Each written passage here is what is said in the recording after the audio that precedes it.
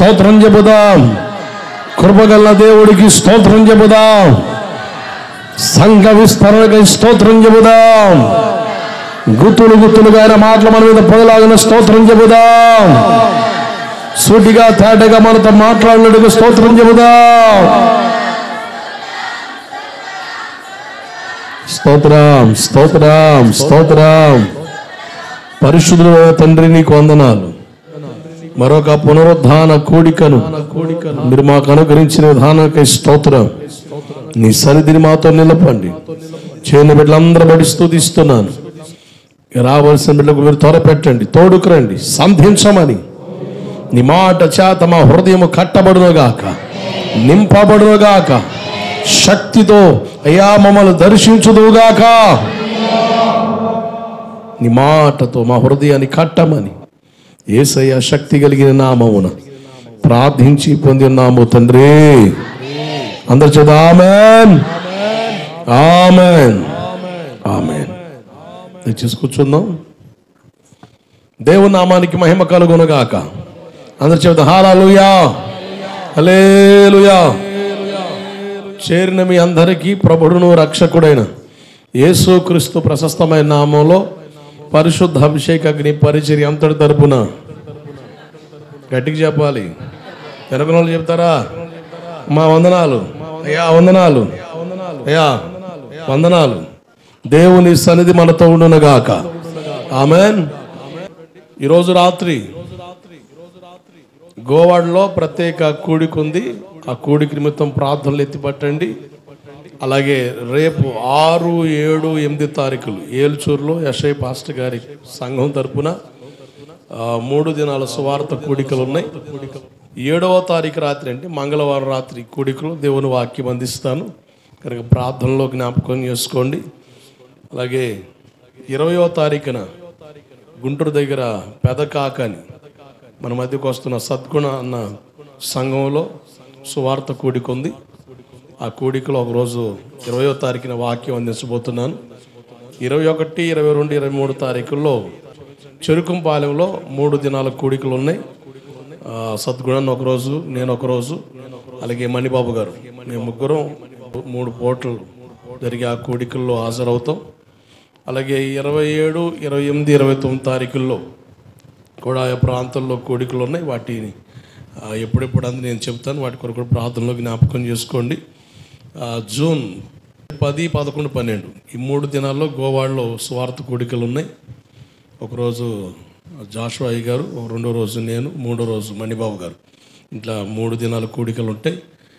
Almost ప్రతి వారంలో ఏదో ఒక కూడిక కొనసాగించబడుతూ ఉంది కనుక ప్రార్థనలో జ్ఞాపకం చేసుకొని ప్రయాణాల కొరకు గడిచిన మే 2వ తారీఖున బేస్తవారం పగలు రాత్రి కుందుర్తుల్లో దేవుని వాక్యం అందించాను. ప్రజలు చక్కగా స్పందించారు. దాన్ని బట్టి దేవునికి మహిమ కలుగునుగాక. హల్లెలూయా. ప్రార్థనలు ఎత్తిపట్టండి. దేవుని సన్నిధి ఈ నెలంతా నాతో ఉండి ఆయా స్థలాలు నిలుపుకొని వాడుకున్నాగా దేవుని కార్యములు జరుగునట్లుగా ఆయన కృప విస్తరించునుగాక. ఆమేన్. చూడండి, యెషయా పుస్తకం 6వ అధ్యాయం 2వ వచన భాగాన్ని చదవండి. ఆయనకి పైగా శరాపులు నిలిచి ఉన్నారు. ఒక్కొక్కరికి 6 రెక్కలు ఉన్నాయి. 2 రెక్కలతో ముఖాన్ని, 2 రెక్కలతో కాళ్ళను కప్పుకొనుచు 2టితో ఎగురుతా ఉండెను. ఈ 6వ అధ్యాయంలో దేవదూతల గురించిన ఒక చక్కని ప్రత్యక్షత యెషయా ప్రవక్త తాను చూస్తున్న దర్శనాల్లో ఈ దేవదూతల గురించి ఒక చక్కని వివరణ ఇస్తున్నాడు. సింహాసనాలపై ఎగురుతున్న దేవదూతలు కనబడుతున్నాయి అని చెప్పుంటే వాటి కోసం పెద్ద ప్రస్తావన ఉండేది కాదు. కానీ యాక్యురేట్గా వివరిస్తున్నాడు. వాటికి 2 రెక్కలు ఉన్నాయి. 2 రెక్కలతో ముఖాన్ని కప్పుకున్నాయి, 2 రెక్కలతో కాళ్ళు కప్పుకున్నాయి, 2 రెక్కలతో ఎగురుతా ఉన్నాయని. ముఖాన్ని ఎందుకు కప్పుకొని చెప్పాను, కాళ్ళు ఎందుకు కప్పుకొని చెప్పాను. అలాగే ఎగిరి వెళ్ళిపోతున్న అనుభవాన్ని గురించి మనం నేర్చుకుంటా ఉన్నాం. యోబు పుస్తకం 34:20 ప్రకారంగా బలవంతులే దైవికంగా కొనిపోబడతారు.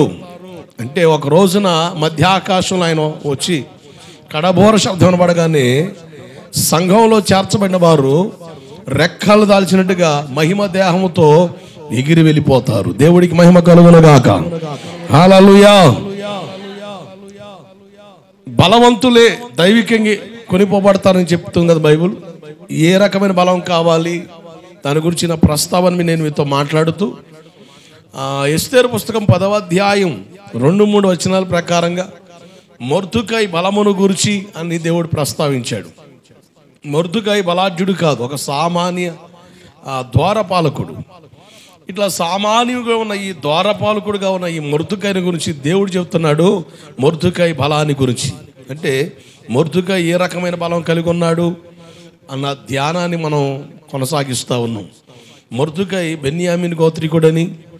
రెండవదిగా ఎస్తేరు పుస్తకం 2వ అధ్యాయం 21-22 వచనాల ప్రకారంగా నమ్మకస్తుడిగా ద్వారపాలక పనిలో నమ్మకస్తుడిగా మొర్దుకై ఉన్నాడని, తన నమ్మకత్వాన్ని బట్టి రాజు ప్రాణం కాపాడబడిందని, నమ్మకత్వం చాలా విలువైందని, నమ్మకస్తునికి మెండైన దీవెనలని సామెతలు 28-20లో రాయబడింది.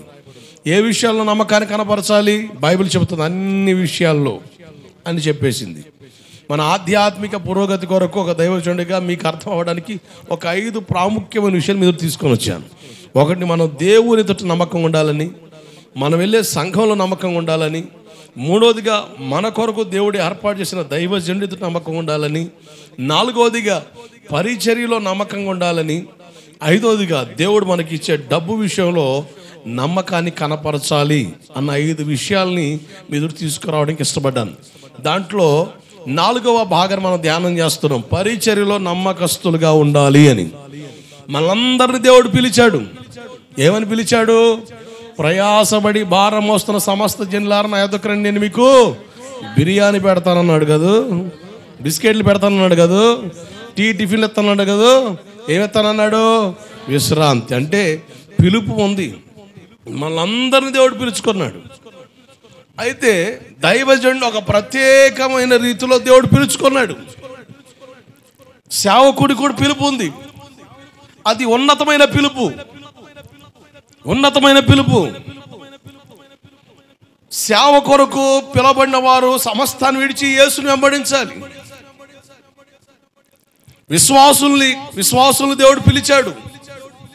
సమస్తాన్ని కలిగి ఉండి తామున్న స్థితిలో నమ్మకస్తులుగా దేవుని వెంబడించాలి. అయితే ఓవరాల్గా నీకంటూ ఒక పిలుపు ఉంది, నాకంటూ ఒక పిలుపు ఉంది. దేవుడు పిలిచాడు ఆయన యొద్దకి. ఎందుకు పిలిచాడు? ఏదైనా తోటలో ఆదామును పెట్టాడు. ఓరకనే తిని పడుకోమని చెప్పలే. ఏం చెప్పాడు ఆయన? ఈ తోటను సేద్యపరుచుకో అన్నాడు. పని ఇచ్చాడు.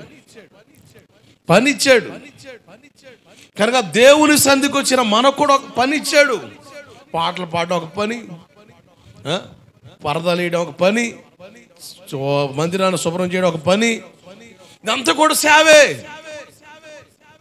ఒక యాజకుడు బలిపీఠ మీద నిలబడి చేసేదే సేవ అనుకుంటే పిచ్చి పొరపాటు. మీరు ప్రత్యక్ష గుడారంలోకి వెళ్ళండి. యాజకుడు తన ధర్మాన్ని తాను నిర్వర్తిస్తాడు. యాజకుడు ఉన్నాడు, ప్రధాన యాజకుడు ఉన్నాడు. ప్రధాన యాజకుడు సంవత్సరానికి ఒక్కసారే ప్రత్యక్ష గుడారం అతి పరిశుద్ధ స్థలానికి వెళ్తాడట. ప్రధాన యాజకుడు చేసే పని ప్రధాన యాజకుడికి ఉంది. యాజకులుగా పిలబడుతున్న వారి పని యాజకత్వంలో వాళ్ళకు ఉంది. వీళ్ళకి సహకారులుగా లేవీయులు దేవుడు పెట్టాడు. లేవీయులు. ఈ లేవీయుల పని ఏంటంటే పరిచర్యలో సహకారంగా ఆ పాత్రలు శుభ్రం చేయడం, పరిచర్యకి కావలసిన సమస్తాన్ని సమకూర్చుకోవడం. ఎక్కడ దాకా అక్కడ లిమిట్ ఉంది. పరిధి దాటిపోయే పరిస్థితులు లేవు. కుక్క పని కుక్కే చేయాలి, గాడిద పని గాడిదే చేయాలి రయ్యా అంటాం మనం. దేవుడు మనకంటే ఒక పని ఇచ్చాడు. అది ఏంటి? అది గ్రహించి ఆ పనిలో మనం నమ్మకస్తులుగా ఉంటే దేవుడు మన ద్వారా ఘనపరచబడతాడు. దేవునికి మహిమ కలుగునుగాక. హల్లెలూయా. నీ ద్వారా దేవుడు హెచ్చించబడతాడు. బైబిల్లో పరిచర్యలో వారి వంతులో వాళ్ళు నిలబడి దేవుని ఆశీర్వాదాలు పొందుకున్న కుటుంబాలు, వ్యక్తులు మనకు కనబడుతున్నారు. మొదటిగా జాన్ మార్క్ కుటుంబం గురించి మీకు చెప్పాను. జాన్ మార్క్ తల్లి పేరు మరియమ్మ. ఈ మరియమ్మ చేసిన పరిచర్య ఏంటో మీకు చెప్పాను. జాన్ మార్క్ ఏ పరిచర్యలో ఉన్నాడో చెప్పాను. అలాగే రెండోదికి మనం ధ్యానం చేస్తున్నాం. ఫిలిప్పీ సంఘంలో పౌలు గారి ఇద్దరి స్త్రీల పేరు ప్రస్తావించాడు. ఫిలిప్పీ పత్రిక 4వ అధ్యాయం 2వ వచన భాగం చదవండి ఒకసారి. ప్రభువునందు ఏక మనసు గలవారై ఉండి యువోదియాను సుంటికేను బ్రతిమాలు కొనుచున్నాను. అవును, నిజమైన సహకారి క్లెమంతుతోను స్వార్థ పనిలోను ప్రయాసపడిన వారు కనుక వారికి సహాయము చేయమని నిన్ను వేడుకొనుచున్నాను. ఆ సహకారుల పేర్లు జీవ గ్రంథంలో రాయబడతాయా, రాయబడబోతున్నాయా, రాయబడి ఉన్నాయా? రిటర్న్ అంటే పరిచర్లో సహకరించిన వారి పేర్లు జీవ గ్రంథంలో రాయబడతాయి, జ్ఞాపకార్థ పుస్తకంలో రాయబడతాయి. ఎవరి పేరైతే జ్ఞాపకార్థ పుస్తకంలో రాయబడి నువ్వు చేసిన పరిచర్య ఏమిటో, నువ్వు చేసిన త్యాగం ఏంటో, నువ్వు చూపిన విధేయత ఏంటో అంతా కూడా దేవదూతలు రాస్తాయి. రిటర్న్డ్. నువ్వు ఆయన దగ్గరికి వెళ్ళినప్పుడు, నేను మరలా చెబుతున్నా, మొదటి రాకల్లో ఆయన మనకి జీవితాన్ని ఇచ్చాడు కనుకనే ఆయన జీవితాన్ని దారబోసాడు. రెండో రాకల్లో ఆయన రాబోతున్నాడు. బైబిల్ చెబుతుంది, నా యొద్ద జీతం ఉంది, వాని వాని క్రియలు చొప్పున నేను వానికి జీతం ఇస్తాను. అంటే రెండవ రాకల్లో ఆయన ఏమిస్తాడు? మనకి జీతం ఇస్తాడు, బహుమానాలు ఇస్తాడు. కనుక ప్రతిదీ కూడా రాయబడుతుంది. నేను ఒక్కడనే కష్టపడుతున్నాను, సంఘానికి వచ్చే వాళ్ళు చాలా మంది ఉన్నారు, ఆడవాళ్ళు చాలా మంది ఉన్నారు, నేను ఒక్కదానే మందిరం కూడవాలా, లేకపోతే నేను ఒక్కడనే ఈ పని చేయాలా అన్న ఫీలింగ్ నీ జీవితంలో కలుగుతుందంటే నువ్వు ఎంతటి నష్టాన్ని కొని తెచ్చుకున్నా ఒకసారి ఆలోచన చేయాలి. అదొక భాగ్యం. మన వంతు మనకున్న జీవితంలో ఒక వంతు దేవుని పనిలో ఖర్చు అవడం వలన మన కుటుంబాలు, మన తరాలు ఆశీర్వదించబడతాయి. దేవుడికి స్తోత్రం కలుగునగాక. హల్లెలూయా. ఈ యువేదియ గురించి మీకు చెప్పాను గడిచిన వారం. ఈరోజు సుంటెకే గురించి మనం ధ్యానం చేయబోతున్నాం. అపోస్తుల కార్యగ్రంథం 16వ అధ్యాయంలో లూది అనే ఒక సహోదరి తన జీవితాన్ని మార్చుకొని అపోస్తలుడైన పౌలు గారిని తన ఇంటికి తీసుకొని వెళ్ళి తన ఇంటి వారికి రక్షణ సువార్త వినిపించి ఆ ఇంటి వారు కూడా రక్షించబడి బాప్తిసాలు తీసుకున్న తర్వాత ఆ పట్టణంలోనే, ఫిలిప్పీ పట్టణంలో మంచి స్త్రీల కూడిక ఏర్పాటు చేస్తుంది. ఆ స్త్రీల కూడికలో పౌలు అన్న వాక్యం చెబితే ఆ స్త్రీల కూడికి వచ్చిన ఈ యువేదియ సుంటుకే అన్నవారు రక్షించబడ్డారు. ఈ సుంటుకే అన్న ఈ సహోదరి అన్యురాలు, విగ్రహారాధికురాలు, అన్య కుటుంబంలో ఉన్న వ్యక్తిమే, యూదురాలు కాదు, అన్య మతస్థురాలిమే. కానీ లూదియాతో ఉన్న సంబంధాన్ని బట్టి పిలవగానే వచ్చి కాసేపు కూర్చుంది దేవుని సన్నిధిలో, మొహమాటం కొలది. కానీ పౌలు అన్న చెప్పిన వాక్యం తన జీవితాన్ని ప్రభావితం చేసింది. తన జీవితాన్ని ప్రభుకు అప్పగించుకోవడం సిద్ధమైంది. ఒక అన్యురాలు స్త్రీ యేసు ప్రభు కొరకు బ్రతకాలంటే ఎంత కష్టమో చూడండి. తన భర్త ఎంత అభ్యంతరకరంగా మాట్లాడతాడు, తన కులపోలు కానీ తన తోటోలు కానీ ఏంది పోయి ఆ మతంలో దిగేవేంది, పోయి ఆ ప్రభుని, ఆ యేసు ప్రభుని నమ్ముకోవడం ఏంటి అని వ్యంగ్యంగా మాట్లాడే వాళ్ళు ఉంటారు. చరిత్ర చెబుతుంది, ఆమె ప్రాణాలు పోయే పరిధుల్లోకి వచ్చినప్పటికి కూడా తెగించి ప్రభు కొరకు నిలబడింది. దేవుడికి స్తోత్రం కలుగునగాక. నాకు కష్టాలు వస్తున్నాయి, నాకు బాధలు వస్తున్నాయి, నేను ప్రార్థనకి వెళ్తుంటే ఎవడు గెడతలేదు, నలుగురు నాన్న రకాల మాట్లాడుతున్నారు అని ఫీల్ అయిపోయి ప్రార్థన మానలే. మనలో కొంతమంది ప్రబుద్ధులు ఉంటారు, ఎవరన్నా ఏదనంటే ఓ ఫీల్ అయిపోతారు, తెగ ఫీల్ అయిపోతారు. ఏంది ప్రార్థన రావట్లేదంటే వీళ్ళు అట్ట అంటున్నారండి, వాళ్ళు అట్ట అంటున్నారండి. కులం కట్టేసిన, ఆచారం అడ్డం వచ్చిన దేవుని కొరకు రోషం కలిగి బ్రతికేవాడే క్రైస్తవుడు. దేవుని కొరకు రోషం కలిగి బ్రతికేవాడే క్రైస్తవుడు. దేవుని కొరకు రోషం కలిగి బ్రతికేవాడే క్రైస్తవుడు. హల్లెలూయా. ఎవరెన్నెన్నో అనుకోని, ఎన్ని కథలని చెప్పని, ఎంత బురదలు చాలని, ప్రభు కొరకు రోషం కలిగి బ్రతికేవాడే క్రైస్తవుడు అని మర్చిపోవద్దు. రోషం కలిగి మనం బ్రతకాలి. పనికి మన రోషాలు ఉంటాయి, పనికిమాల రోషాలు. ఈ పనికిమాల రోషాలు ఏం పనికిరావు, ఉపయోగం ఉండదు. దేవునికి రోషం కలిగి బ్రతకాల. ఎవడో ఏదో అన్నాడని సహవాసాన్ని, సంఘాన్ని, ప్రభుని విడిచి బ్రతుకుతే నువ్వెంతటి దౌర్భాగ్యురాలువో నీకు అర్థం కావట్లేదు. దాన్ని నువ్వు గ్రహించకపోతే నష్టపోతావు. లూకాసు వార్త 15వ అధ్యాయంలో తోటి వాళ్ళు చెప్పిన సలహాలు విని, లేనిపోయిన ఆలోచనలు విని, చిన్నోడు వాళ్ళ మాటలకు ప్రభావితమై తండ్రి దగ్గర ఆస్తిని సమకూర్చుకొని దూరదేశానికి వెళ్ళి, దూర ప్రాంతానికి వెళ్ళి దుర్వ్యాపారం చేసి సమస్తాన్ని పోగొట్టుకున్నాడట. సమస్తాన్ని పోగొట్టుకున్నాడు. చివరి గత్యంతరం లేక పందులు కాపల కాడ చేరితే, పందులు కాపలా కాసే డ్యూటీ ఇస్తే, ఆ పందులు కాపలాకి పెట్టిన ఆ యజమాని ఆ టయానికి అన్నం పెట్టకపోతే తినడానికి గత్యంతరం లేక పంది పొట్టు తినసాగిన బైబిల్లో రాయబడి ఉంది. ఒకరి పంచ చేరని రాయబడి ఉంది. నిజంగా సైత్యగాడని ఉంటాడు, చచ్చిపోరా బాబు, ఎందుకు బతికేది నువ్వు, ఇంత జరిగిన తర్వాత బతకడం ఎందుకు, ఏ మొఖం తెలుతావు మీ నాన్నకాడికి, ఏ ముఖం తెలతావు, ఏ ముఖం తెలగలుగుతావు? సైతానుగాడు ఎన్ని మాటలు, ఎన్ని ప్రేరణలు కలిగించినా, నా తండ్రి ఇంటి కాడ అనేకులకు ఆహారం దొరుకుతుంది, నేను అలమటిస్తున్నాను కనుక నేను నా తండ్రి దగ్గరికి వెళ్ళి ఏం చెబుతాను, పరలోకానికి విరోధంగా పాపం చేశాను ఒప్పుకుంటాను. పరలోకానికి విరోధమైన పాపం ఏంటి? దేవునికి దూరం అవడం. ఆదివారం ప్రార్థన అంటావు, సింపుల్గా అనుకుంటావు నువ్వు, సింపుల్గా అనిపించవచ్చు, సాకులు భలే చెప్పొచ్చు, కుదరలేదులేండి, వచ్చే వారం వస్తాంలేండి, ఇటువంటి సాకులు మనం సింపుల్గా చేస్తాం. కానీ ఒకటి గమనించు, దేవుని ఎదురు నిలబడినప్పుడు, ఆయన సన్నిధి విలువ నీకు అర్థమైనప్పుడు అప్పుడు ఏడుస్తావు, నేను ఎంత ఆశీర్వాదం పోగొట్టుకున్నానని. అప్పుడు ఏడిస్తే ఉపయోగం ఉండదు నాన్న. 6 రోజులు కష్టపడు, తప్పేం కాదు. 7వ రోజున ఒళ్ళు దగ్గర పెట్టుకుని బుద్ధిగా మందిరంకి వచ్చేసి, ఇది నేను చెప్తున్నాను దేవుడు చెప్పాడా? నేను చెప్తే నువ్వు ఫీల్ అవ్వు, సాకుల్లాగు, సాకు బేరాలు చెప్పు. ఎవడు చెప్పిన మాట? నిన్ను కలిగించిన దేవుడు, నిన్ను పిలిచిన దేవుడు, నిన్ను బ్రతికించిన దేవుడు, నీకు బ్రతుకునిచ్చిన దేవుడు, నీకు ఉపాధినిచ్చిన దేవుడు, నీకు ఉపకారం చేసే దేవుడు చెప్తున్నాడు. ఇక మాట్లాడే పని లేదు.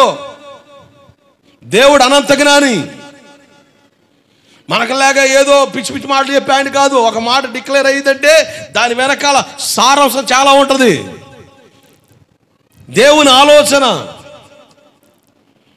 ఈరోజు సంఘాల్లో దేవుని ఆలోచన, దేవుని స్పర్శ, దేవుని మాట, దేవుని స్వరాన్ని, దేవుని ఆలోచనని ఎరగని వాళ్ళు ఉండిపోతున్నారు. కనుక దాన్ని గ్రహించి నడవగలిగితే మనకి ఆశీర్వాదం. దేవుడికి మహిమ కలుగునుగాక. సుంటకి అన్న ఈ తల్లి ఎన్ని అవరోధాలు వచ్చినా కూడా క్రీస్తు కొరకు విగ్రహ ఆరాధన విడిచి, కుటుంబం తరపున ఎన్ని సమస్యలు వచ్చినా, ఎంతమంది కులపరంగా, మతపరంగా, వ్యక్తిగతంగా ఎంత దోషం చేసినా కూడా ఆ తల్లి తెగించి నిలబడింది. అంతేకాదు, ఈమెకున్న చాలా అద్భుతమైన అనుభవం ఏంటంటే, ఈమె సాక్ష్యముతో కొందరిని ప్రభు వైపు త్రిప్పేది. ఈమె సాక్ష్యం అన్యురాలు కదా, ఆమెలో చాలా ఆలోచనలు ఉండే. చదువుకున్నామే, చదవరి, మొరటామె కాదు, మోటి పనులకి వెళ్ళి ఆమె కాదు, చదవరి, ఎడ్యుకేటెడ్. కనుక దేవుడి గురించిన కొన్ని ఆలోచనలు, ప్రశ్నలు తన హృదయంలో ఉన్నాయి. తన ఆత్మను భక్షిస్తున్న కొన్ని ప్రశ్నలు ఉన్నాయి. ఆ ప్రశ్నలన్నిటి కూడా సమాధానం యేసు దగ్గర దొరికింది. ఆమేన్. యేసు ప్రభు కూడా కనబడ్డాయి. కనుక యేసే సత్యదేవుడు, మోక్ష ప్రదాత, నిత్య జీవన ఇవ్వగలడని గ్రహించింది కనుక ప్రభు కొరకు రోషం కలిగి బ్రతికింది, సత్యాన్ని గుర్తించింది. కనుక ఆమెకి దేవుడి మీద ఎన్ని డౌట్స్ ఉన్నాయో వాటిని చెబుతా ఆమె ఎట్లా సమాధానం పొందుకు చెప్పగానే, ఓహో నాకు కూడా అదే డౌట్ ఉందిగా, భలే జవాబు చెప్పింది అక్కయ్య అని అట్లా రక్షణలో కొంతమంది నడిపించేది.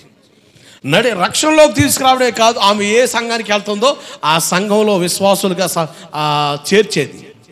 అంటే ఆత్మలు సమకూర్చేది ఇవేది. ఆమె సేవకులతో పాటుపోయి ప్రార్థన వచ్చి ప్రార్థన కొత్త ఆగిపోతుంటారు చూసారా, వాళ్ళని ప్రోత్సహించి తీసుకొచ్చేది. ఆమె పరిచర్య వేరు, ఈ పరిచర్య ఏది. అసలు ప్రార్థనకు రాని వాళ్ళు ఉంటారు చూసారా, అన్యులు.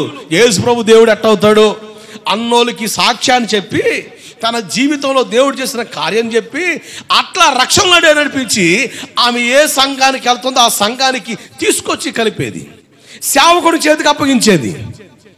అటువంటి వాళ్ళు ఇప్పుడు ఎంతమంది ఉన్నాం కదండి. మీరు అందరూ ఆ పనులు చేస్తే సంవత్సరానికి వచ్చేపాటికి ఈ గ్రౌండ్ సరిపోద్దా? సుంటికే లేక ప్రతి ఒక్కరు ఇప్పుడు ఇక్కడ దాదాపు 100 మంది పైగా ఉన్నాం.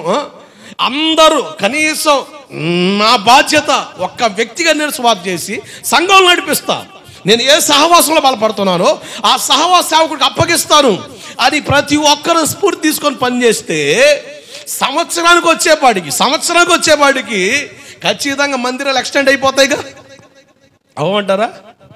జరగమంటారా? జరుగుతాయి.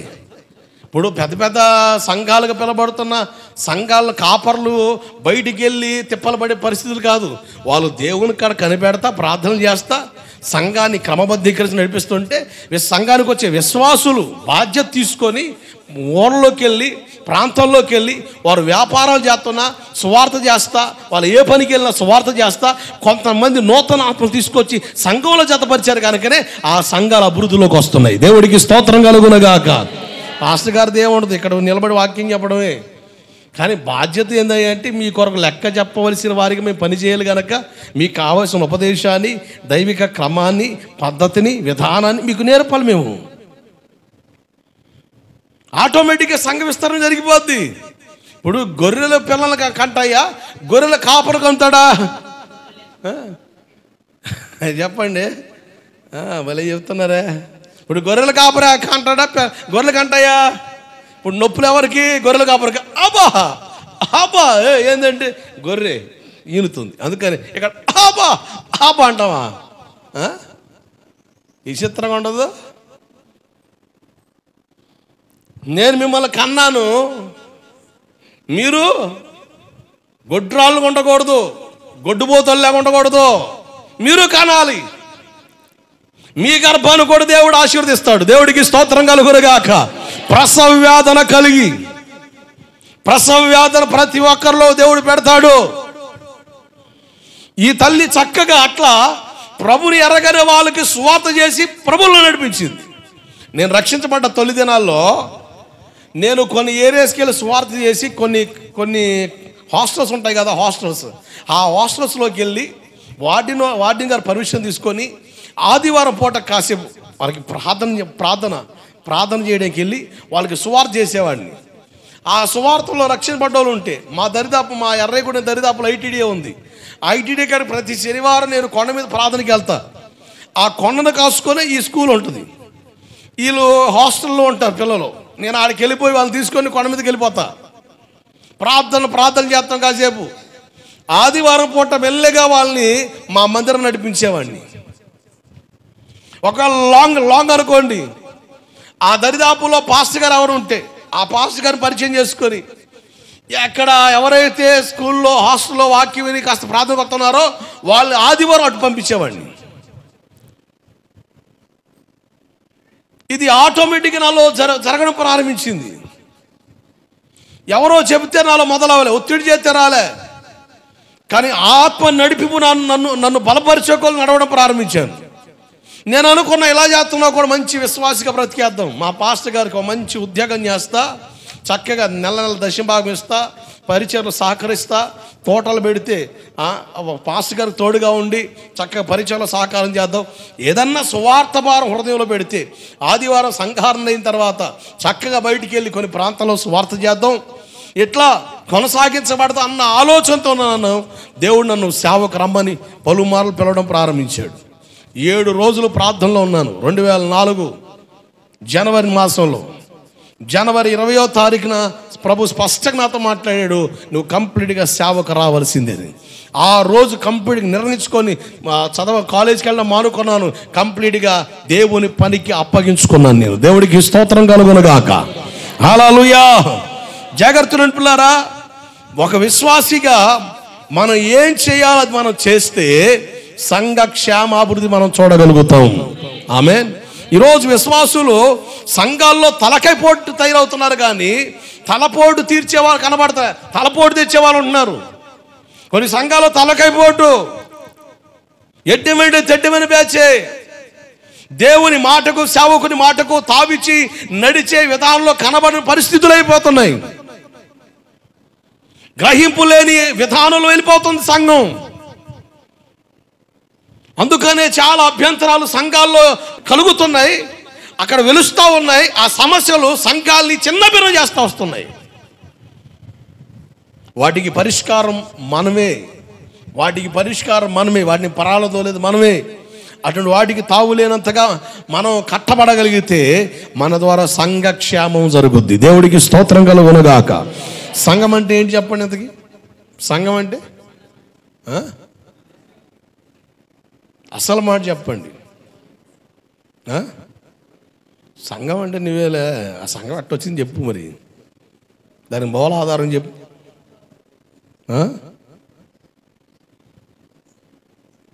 పలు రకాల ఆలోచనలు ఉన్నాయి కనుక ఏ దొరికితే అది చెప్పేస్తాం. సంఘం అంటే ఒక మాటలో చెప్పండి, ఆయన శరీరం. ఏంటి?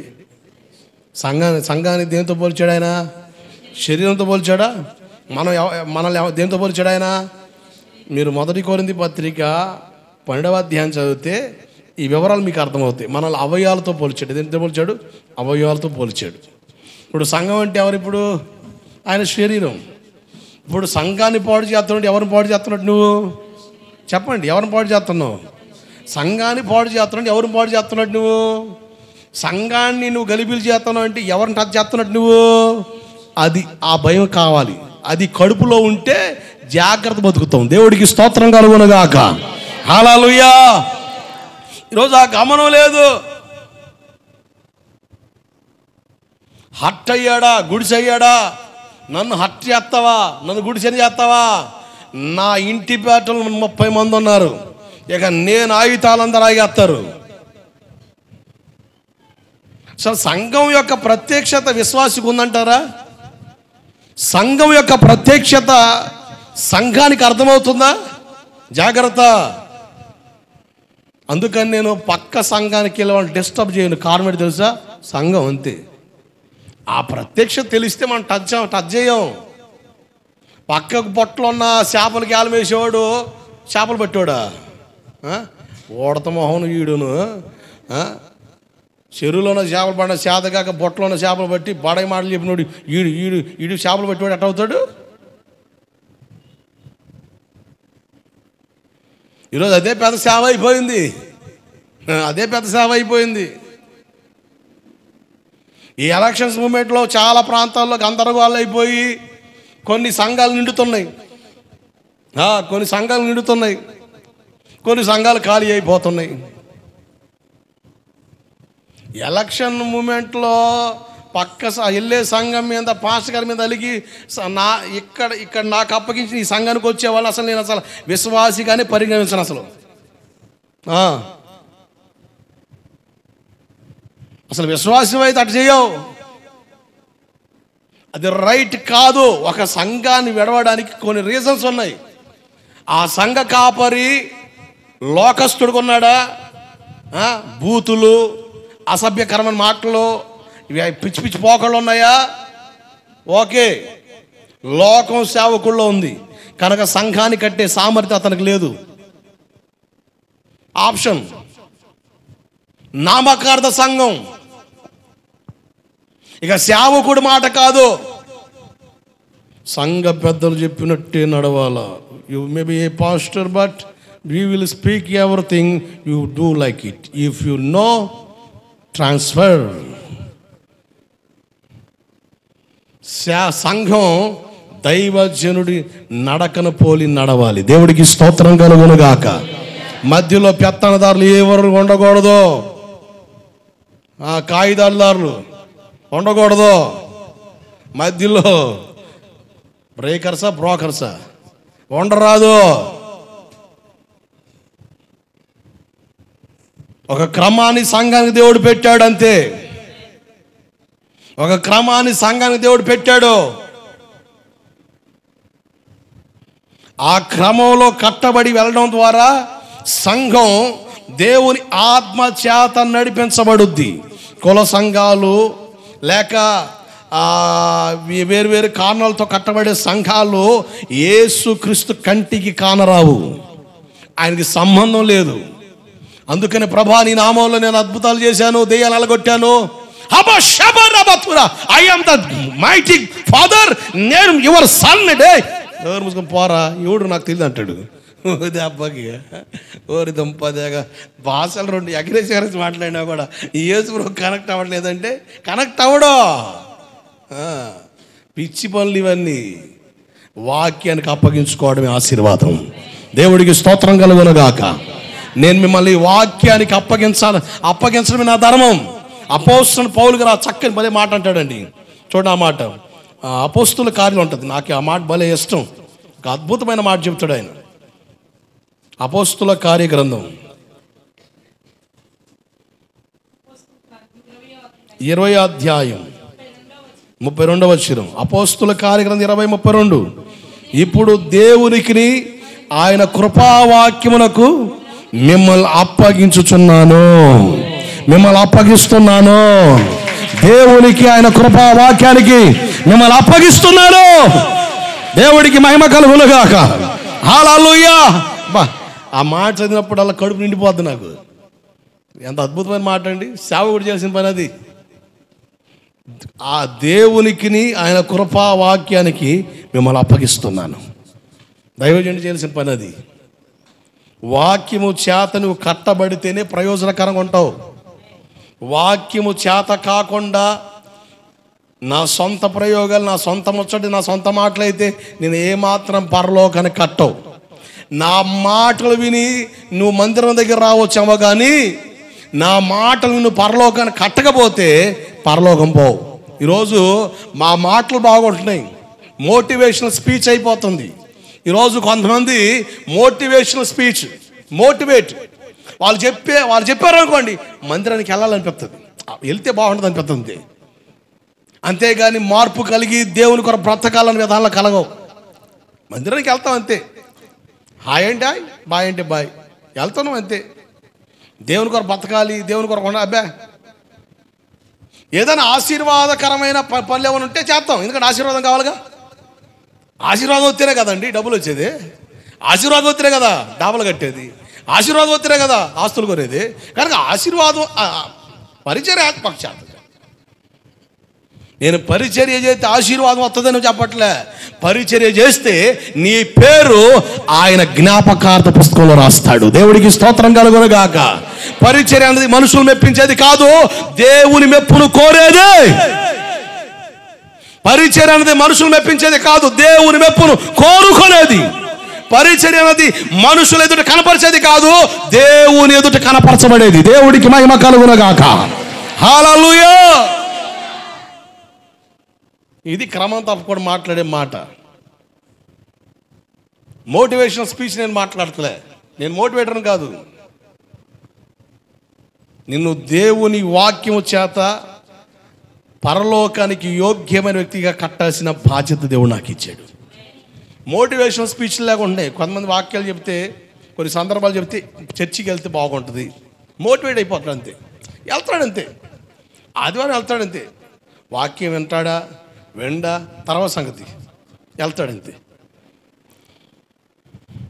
నా మాటలు తీయగున్నాయి అనుకోండి, నువ్వు కాసేపు చర్చికి వస్తావు, కానీ నా మాటలు నిన్ను మందిరం దాకా నడిపించడమే కాదు, నేను ప్రకటించే దేవుని మాట నిన్ను పరలోకానికి సమీపంగా మార్చాలి. దేవుడికి స్తోత్రం కలుగునుగాక. హల్లెలూయా. యోగ్యమైన విధానంలో మనం కట్టబడాలి. ఈ సుంటికేనే తల్లి ఫిలిప్పీ సంఘంలో పరిచారకురాలుగా పిలబడుతుంది. పైపెచ్చి చేసే పరిచర్య గొప్పది. చదవరి కనుక దేవుడి గురించి రకరకాల సందేహాలు ఉంటే అవన్నీ తీర్చబడ్డాయి. ప్రభువుని నమ్మింది, ఆమె మార్చబడింది, ఆమె తీరు మారింది, ఆ వైఖరి మారింది, ఆ విధానం మారింది, ఆమె పోకడ మారింది, ఆమె పద్ధతి మారింది. ఇతరులకు చెబుతుంది సత్యదేవుడు యేసు ప్రభువేనని. ఆ మాట తీరు, వైఖరి, విధానాలు చూసిన వాళ్ళు, మార్పును చూసిన వాళ్ళు యేసును గుర్తించేవాళ్ళు. ఆమెతో పాటు కలిసి మందిరానికి వచ్చేవాళ్ళు. కొన్ని ఆత్మను సంపాదించింది ఆమె. అంతేకాదు, చదువుకున్నాము కదా, సేవకులు వాక్యం చెబుతుంటే వాక్యం అందించేదట. వాక్యం అందించేది. వాక్యం అందివ్వడం కూడా పరిచర్యే. నువ్వు ఆ సేవకుడు చెబుతున్నప్పుడు టకా టకా అది చదువుతున్నావంటే నువ్వు ఖచ్చితంగా అనుదిన బైబిల్ ధ్యానం చేస్తేనే అది కనెక్ట్ అయ్యేది. అనుదిన బైబిల్ ధ్యానం చేసేవాళ్ళే, బైబిల్ పదాలు పలికే వాళ్ళే అవి నోటికి తిరుగుతాయి, చక చక చక తీయగలుగుతాం. లోకాసు వార్త 64 అధ్యాయం అంటే ఎదుగుతూనే ఉంటావు. లోకాసు వార్త ఉంది కానీ 64 అధ్యాయం అన్న సంగతి తెలియదు. ఈ పిచ్చమోహన్కి ఎదుకుది ఎక్కడ ఉంది అక్క 64 అధ్యాయం అన్నాడు పాస్టర్. ఉంటే కది ఎన్ని అధ్యాయాలు ఉన్నాయి లోకాసు వార్తలో? 24 అధ్యాయాలు. మరి 64 ఆడి నుంచి వచ్చింది? ఎతికేస్తుంది, ఎతికేస్తుంది. ఆడ దొరుకుద్దా? బైబిల్ ఉంటేగా. వాక్యం అందించడం పరిచర్యే. అందుకని మంచి మంచి సంఘాల్లో చూడండి, సేవకులు వాక్యం చెబుతున్నప్పుడు చక్కగా నీట్గా చదివే వాళ్ళు ఉంటారు. వాళ్ళు చక్కగా స్పష్టంగా అర్థమయ్యే రీతిలో చదువుతారు. వాళ్ళు చదివి వినాలనిపిస్తాయి. అటువంటి వాళ్ళు అదొక తలంతు దేవుడిచ్చింది అంతే. వాళ్ళు ఆ సేవకులు ఫాలో అవుతారు కనుక, ఇక దైవ సేవకుడి వాక్యం చెబుతున్నాడంటే తర్వాత ఏ రిఫరెన్స్లోకి వెళ్తాడో కూడా తెలుసు కనుక వెంటనే తీసుకుంటారు. మనకలా అయోమయం చూడరు. ఏడుంది ఏడుందని ఎన్నిసార్లు చెప్పాలి నీకు?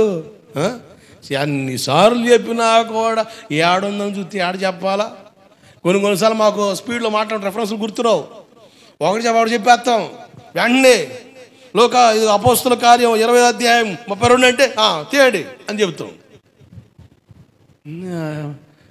ఏందా అయ్యగారు ఎతికేస్తున్నాడు బైబుల్, నాకంటే వీకేమో అన్నట్టు చూస్తావు నువ్వు. ఆ కంగారులో ఒక్కొక్కసారి అప్పుడప్పుడు వస్తాయి రెఫరెన్సులు. అవన్నీ చాలాసార్లు చెప్పినట్టు ఉంటాయి కనుక అవి చెప్పిన రెఫరెన్స్లు గుర్తుండాలి. నేను ఆదివారం పూట వాక్యం చెప్తే మా పాస్కర్ రాసుకునేవాడిని. నా బుక్ స్టాల్ ఉంటుంది, ఆ బుక్ స్టాల్లో చూస్తే అసలు ఎన్ని నోట్సులు, ఇదిగో అసలు ఇటు నోట్స్ పిచ్చిగా మొత్తం ఆదివారం రెఫరెన్స్ నోట్సులు మొత్తం. రెఫరెన్స్ నోట్ ఆ ఒక్క సంవత్సరం తర్వాత మన సంఘానికి వచ్చేవాళ్ళు శుక్రవారం చెప్పే వాక్యాలు, అలాగే విడిగా సభల్లో చెప్పే వాక్యాలు, దానికి ఒక సపరేట్ నోట్స్, ఆదివారం సపరేట్ నోట్స్, శుక్రవారం సపరేట్ నోట్స్, కృతజ్ఞత కూడా సపరేట్ నోట్స్ పెడితే సంవత్సరానికి వచ్చేపాటికి అసలు ఎన్ని వాక్యాలు. నిజంగా వాటి మీద దృష్టి పెట్టి ధ్యానం చేస్తే నువ్వే ఒక పుల్లి ప్రసంగుడు అయిపోతావు. దేవుడికి స్తోత్రం కలుగునుగాక. నేను అట్టగే ప్రసంగం చేసేవాడిని. మా పాస్టర్ గారు చెప్పిన వాక్యాలు రాసుకొని అవి గుర్తుపెట్టుకొని దేవుడు ఏదైనా ఆలోచిస్తే వాటి గురించి మాట్లాడేవాడిని. రాత్రులు మధ్యరాత్రి 11 గంటలు లేచి గుండ్రంగా గిరిగీసి, దేనికి గోలికలు ఆడడానికి కాదు, బెచ్చలు ఆడటానికి కాదు, లేని పోను కూడా గోలికలు ఆడడానికి గుండ్రంగా గిరిగీసి గోలికలు ఆడతాడు పాస్టర్ గారు అనుకోను. దానికి కాదు, గుండ్రంగా గిరిగీసి ఆ రౌండ్ ఆ సర్కిల్లో మోకరించి మోకాల మీద బైబిల్ చదివాను. ఒక గంట సేపు ఆ గిరిలోని మోకరి ప్రార్థన చేసేవాడిని. నేను బైబిల్ కాలేజీకి వెళ్ళా, నాకు వాక్యం తెలీదు. ఒక అన్ని కుటుంబ రక్షణ పడ్డాను.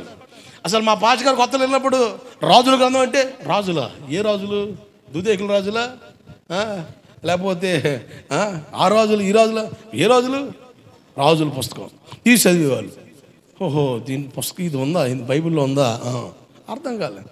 ఫస్ట్ ఎంట్రన్స్లు ఉంటాయి పట్టిగా, ఆది కాండం నిర్గమ అవి కంఠస్థ పెట్టేశా. ఆది కాండం, నిర్గమకాండం, లేవ్యాకాండం, సంఖ్యాకాండం, ద్వితీయోపదేశకాండం, యెహోషువ, న్యాయాధిపతులు, రూతు, సామ్యుయేలు మొదటి పుస్తకం, సామ్యుయేలు రెండో పుస్తకం, రాజుల మొదటి పుస్తకం, రాజుల రెండో పుస్తకం, దినవృత్తాంతం మొదటి పుస్తకం, దినవృత్తాంతం రెండో పుస్తకం, యాజరా, నెహెమియా, ఎస్తేరు, యోబు, కీర్తనలు, సామెతలు, ఆది కాండం, నిర్గమ. ఇదే పని. ఏ పని చేసావా? ఎంత సిగ్గుపడతావు ఊరయ్యో, ఇదేదో స్కూల్కి వెళ్ళినట్టు ఉందగా నాకు. మరి నేర్చుకోవా ఏంది? నోట్లో వాక్యం ఉంటే నోట్లో అబద్ధం ఉండదు, నోట్లో వాక్యం ఉంటే నోట్లో బూతులు ఉండవు. నోట్లో వాక్యం లేకపోతే అబద్ధాలు వస్తాయి, బూతులు వస్తాయి. ఇక ఈ రెండు బుల్లెట్లు లేకపోతుంటే ఇక వాక్యం ఏడ ఉంటుంది మన నోట్లో? పట్టగోతే అసలు ఉండదు కానీ బూతులు ఉంటాయి. దేవుడికి స్తోత్రం కలుగునుగాక. మహాజ్ఞానులు నోరు ప్రతిష్ఠించబడాలంటే నోట్లో ఏముండాలి? నోట్లో ఏముండాలి? ఏముండాలి? నీ నోట్లో ఏముండాలి? వాక్యం ఉండాలి. వాక్యం ఉందా? ఎల్లం ముచ్చడి పొల్లం ముచ్చడి సంవత్సరం క్రితం చెప్పిన ముచ్చడి కూడా చెప్తావు. మొన్న వారం వాక్యం పాచకం చెప్పిన వాక్యం చెప్పమంటే ఏమన్నా నాకు ఏమన్నా ఎనలే పిల్లలకు వాళ్ళు సరిపోయిందని ముచ్చడి చెప్తావు నాకు. వాక్యం వినవా? వాక్యం మీద మనసు పెట్టవా? కొంతమంది ఏదో ఆత్మ ఎక్కువైనట్టు. అరే ఆత్మ ఎక్కువైందా? నిద్ర సరిపోలేదు. నీకు దండం పెడతా. రెండో కోటానికి వచ్చాను వాక్యం వినమ్మా, నీకు దండం పెడతా. దేవుడికి స్తోత్రం కలుగును గాక. పొద్దున పూట వచ్చేసి వెళ్ళిపోతే బాగుంటుంది, వచ్చేస్తాను ఆదరేసుకోవడానికి. జాగ్రత్త. సమాధి కాడికి వెళ్ళి లాజరు అనగానే ఆజరు అన్నాడు. దేవుడికి స్తోత్రం కలుగును గాక. లాజరు అనగానే ఆజరు అన్నాడు. నిద్రపోతున్నాడా? చచ్చిపోయిన లేచాడండి దేవుని మాటకి. నువ్వు అంతా నిద్రపోతుంటు మరి. లాజర్కి చిన్న తమ్ముడువా అక్కవా? అర్థం కాకుండా నిద్రపోతుంటివి. లాజరు ఏం చేస్తున్నాడు? పడుకున్నాడా? అమ్మ ఏం చేస్తున్నాడు? ఏం చేస్తున్నాడమ్మా? గోలికెళ్ళి ఆడుతున్నాడా? లేకపోతే మీటింగ్ పెట్టాడు లోపల ముచ్చడాడుతున్నాడా? అన్నం తిన్నాడా? బతికున్నాడు చచ్చాడా? మరి యేసుప్రభు లాజరు అనగానే హాజరు అన్నాడా? అరే ఆయన మాట చచ్చిన వాళ్ళు లేపుతుంటే అసలు నిద్రపోయి లేపలేకపోతున్నాను నేను. దేవుడికి స్తోత్రం కలుగును గాక. అంటే దేవుని మాట పని చేయట్లే. అసలు మన కాడికి వస్తే అసలు దాని సరిపోవట్లేదా? అసలు ఎంత దారుణం అండి. లాజరు అనగానే హాజరు అన్నాడు. చచ్చిపోయిన వాళ్ళు లేచాడు ఆయన మాటకి. ఆయన మాటలను బట్టి శుభ్రంగా నిద్రపోతుంది. నీకు జోలపాటలాగా ఉంది. నువ్వు శుభ్రంగా నిద్రపోతుంటివి. ఎలా బలపడతావు? ఒక యువేదియలాగా, ఒక సుంటుకేలాగా మనం సంఘానికి ఉపయోగకరమైన పాత్రలుగా మారినప్పుడు మన ద్వారా గొప్ప సేవ ఈ ప్రాంతాల్లో చూడగలుగుతాం. దేవుడికి స్తోత్రం కలుగునుగాక. హల్లెలూయా. ఖచ్చితంగా చూడగలుగుతాం. ఈ తల్లి అద్భుతంగా తన సాక్ష్యాన్ని పంచుకుంది, నలుగురిని ప్రభువులో నడిపించింది. ఒక అద్భుతమైన అనుభవం. ఈమె రక్షించబడిన స్త్రీ. ఈమె గురించి మొట్టమొదటి చెప్పాలంటే ఈమె ఎవరో రక్షణ పొందింది. ఈమె సాక్ష్యం చెప్పడానికి, ఈమె సాక్ష్యానికి అంత సారం రావడానికి కారణం ఏంటి? ఈమె రక్షించబడింది. ఎవరు? ఈమె రక్షణ పొందింది. రక్షణ చాలా విలువైంది. రక్షించబడ్డావా? రక్షణ పొందావా? ఏందో బరిగొడ్డు సంతలో సీరియస్ చూసినట్టు చూస్తున్నారు మీరు.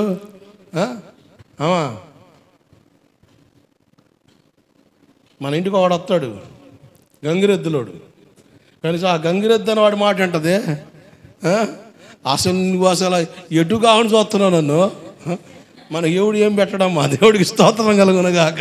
ఏదైనా కాదు అందుబాటులో ఉంటేనే ప్రతిదానికి రెస్పాన్స్ రావాలా. అరే ఏలియాజర్ మోకరితో ఒంట్లు మోకరించినాయండి. పాచగారు మోకరితో నువ్వు బాస్పిటల్ వేసుకుని చూస్తుంటివి. ఓరయ్యా నాకు ఎరైట్ అనిపిస్తుంది. ఏలియాజర్ మోకరిస్తే ఒంట్లు కూడా మోకరించినాయి అట. ఒంటి మోకరించి మోకాల మీద రా కొట్టలే. యజమానుడు మోకాల మీద రాగానే ఒంట్లు కూడా మోకాల మీదకి వచ్చినాయి. దైవ సేవకుడు మోకరించినా మనం కాలు చాపుకొని చూస్తుంటాం. మరి ఏంది? పశువులు అన్నీ ఏం కాదు మనకంటే విచిత్రం. అందుకని భక్తుడు నేను పశుప్రాయుడు అయితేనంటాడు. పశుప్రాయుడు అయితేనంటాడు. నీ గురించిన తెలివి నాకు రాలేదు, పశుప్రాయుడిగా ఉండిపోయాను. సామెతల పుస్తకం ఉంటుంది ఆ మాట. నన్ను ఎరుసూపులు చూస్తున్నారు, నాకు అర్థం కావట్లే. ఇది ఉందా లేకపోతే ఇది ఏదైనా కొత్త చెప్తున్నా చూస్తున్నారు నన్ను. మీ సూపులు భయపడితే రెఫరెన్స్ చెప్తా చూడండి. సామెతల పుస్తకం 30వ అధ్యాయం 2వ వచనం. నిశ్చయముగా మనుషులలో నా వంటి పశుప్రాయుడా? మనిషి లేడా? పశుప్రాయుడు లేడంటే నీ గురించిన తెలివి నాకు రాలేదయ్యా. ఆ కింద అన్న చూడండి, నరులు కొన్న వివేచన నాకు లేదు, నేను జ్ఞానాభ్యాసం చేసుకున్న వాడిని కాను, పరిశుద్ధ దేవుని గురించిన జ్ఞానము పొందలేదు. అది ఇబ్బంది అయింది. పరిశుద్ధ దేవుని గురించిన జ్ఞానం లేకపోతే మనలో కదలిక ఉండదు. పరిశుద్ధ దేవుని గురించిన జ్ఞానం మనకు అందును గాక. ఆమెన్. పశుప్రాయుడిని అయితే అంటున్నాడు. కానీ ఎలియాజరు మోకరితే ఒంట్లో మోకరించిని. అంటే పశువులకేమో మనుషుల తత్వం వస్తుంది, మనుషులకేమో మృగతత్వం వస్తుంది. మనిషి మృగంగా మారిపోతున్నాడు, పశువులేమో మృగాలేమో సాధువుగా మారిపోతున్నాయి. విచిత్రం. పరిశుద్ధ దేవుని గురించిన జ్ఞానం మనకు ఉండునుగాక. ఆమెన్, హల్లెలూయా. ఈమె రక్షణ పొందింది, సుంటకే సంఘంలో చేర్చబడింది.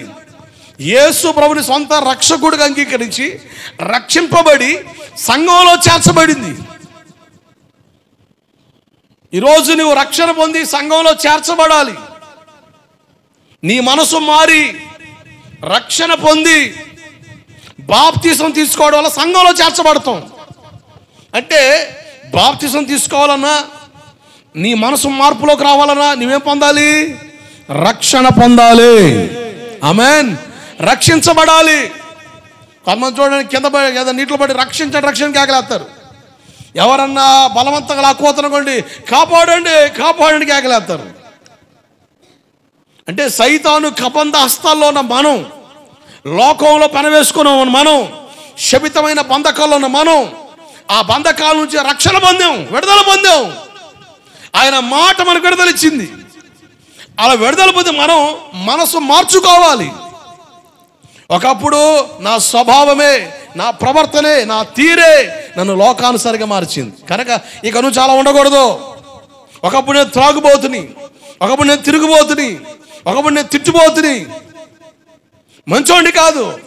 ఇప్పుడు నేను రక్షించబడ్డాను కనుక నా మనసు మార్చుకోవాలని మనసు మార్చుకొని మారు మనసు పొంది మారు మనసు తగిన ఫలాలు ఫలిస్తూ బాప్తిసం అని మనకు వస్తే నువ్వు సంఘంలో చేర్చబడినట్టు. దేవుడికి స్తోత్రం కలుగునగాక. సంఘ సభ్యులు అంటే వాక్య లెక్క ప్రకారంగా బాప్తిసం తీసుకున్న వాళ్ళే సంఘంలో చేర్చబడినట్లు. బాప్తిసం లేకుండా, మార్పు లేకుండా, రక్షణ లేకుండా నువ్వు ఎన్ని సంవత్సరాల సంఘంలోకి వచ్చినా నువ్వు సంఘ సభ్యుడు కాలేవు. మేం చెబుతాం మా సంఘస్థులండి అని, ఎందుకంటే సంఘానికి వస్తుంది కనుక. మేము ఏర్పాటు చేసుకున్న ఆ కంచిలోకి వస్తుంది కనుక సంఘస్థురాలు అంటాం. కానీ దేవుడు ఆ మాటలంటే నువ్వు రక్షించబడి మారు మనసు పొంది మారు మనసు తగిన ఫలాలు ఫలిస్తూ బాప్తిసం తీసుకుంటే అప్పుడు నువ్వు సంఘంలో చేర్చబడినట్టు. దేవుడికి స్తోత్రం కలుగునగాక. నీకు బాప్తిసం లేకపోతే, ఒక మాట బాప్తిసం లేకపోతే నువ్వు సంఘ సభ్యురాలు కాదు. దేవుని దృష్టిలో ఆయన సంఘంలో చేరలేదు. సార్వత్రిక సంఘం ఎత్తబడుద్ది. అలా ఎత్తబడే సంఘంలో నువ్వు చేరాలి అంటే నువ్వు బాప్తిసం తీసుకోవాలి. బాప్తిసం తీసుకోవాలంటే మారు మనసు పొందాలి. మారు మనసు పొందాలి, రక్షించబడాలి, విడుదల పొందాలి, విడిపించబడాలి. ఎవరు విడిపించారు మనల్ని? మన జ్ఞానమా, మన సామర్థ్యమా, మన టాలెంటా? ఎఫెసీ 2:8 ప్రకారంగా కృపచేతనే రక్షించబడ్డాము, కృపచేతనే రక్షించబడ్డాము, కృపచేతనే. It's only the grace. మనం చేసిన పుణ్య కార్యాలు కాదు, మంచి పనులు కాదు, మంచి పనులు కాదు, కృప. అర్హత లేని వారికి అర్హత ఇచ్చేది కృప. కృప అనగా అనర్హుడిని అర్హుడిగా మార్చింది కృప. ఏ యోగ్యత లేని యోగ్యుడిగా మార్చింది కృప. దానికి హక్కుదారులు కాదు, కానీ మనకు ఆ హక్కునిచ్చింది కృప. వాని కృప పొందాం అని చెబుతాం. అర్హత లేని మనకు మనల్ని అర్హులుగా మార్చింది. అర్హులుగా మారాం. ఏందంటే కృప, గ్రేస్, కృప, అంతే. కృప చేతనే రక్షించబడ్డాం. వేటి నుంచి రక్షణ పొందాం? జాగ్రత్త మనసు పెట్టండి.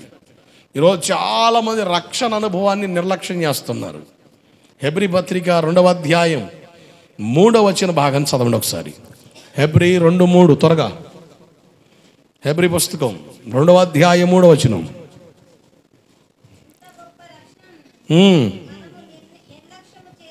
మనము నిర్లక్ష్యము చేసిన ఎడల ఎలాగూ తప్పించుకుంటాం? ఎలా తప్పించుకోగలవు? కనుక రక్షణ నిర్లక్ష్యం చేయొద్దు. దేవుడు నిన్ను విడిపించాడు, దేవుడు నిన్ను మార్చాడు. నిర్లక్ష్యపరచొద్దు. నిర్లక్ష్యంగా ఉండొద్దు. రక్షణను పోగొట్టుకోవద్దు.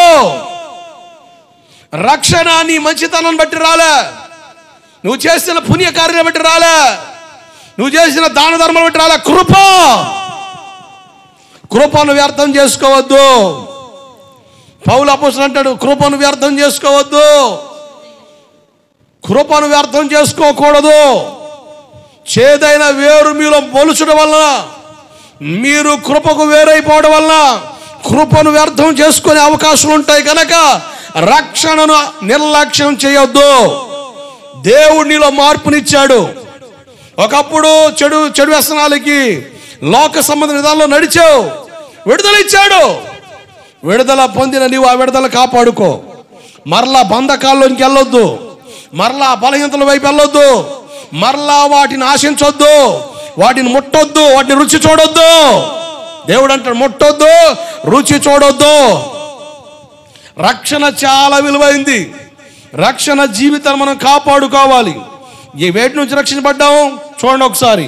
మత్తయి సువార్త 1వ అధ్యాయం 21. త్వరగా చకచకమని చదవాలి. మత్తయి సువార్త రక్షణ గురించిన ఉపదేశం ఈరోజు చెప్పడానికి ప్రభు నన్ను ప్రేరేపించాడు.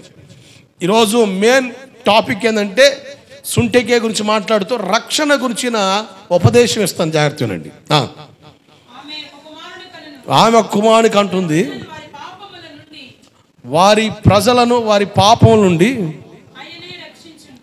ఆయనే రక్షించును. అంటే పాపము నుండి విడుదల పొందాం. ఎక్కడి నుంచి విడుదల పొందాం? పాపం నుండి విడుదల పొందాం. పాప ఒక ఊపు లాంటిది, ఒక బంధకం లాంటిది, ఒక చెర లాంటిది. కనుక ఈ చెరలో నుండి, ఊపిలో నుండి బయటకు వచ్చావు, మరలా ఊపిలోకి దిగొద్దు. చాలా మంది బయటకు వచ్చిన తర్వాత తెలివికి వెనక్కి అడుగులు వేస్తుంటారు. ఇట్లా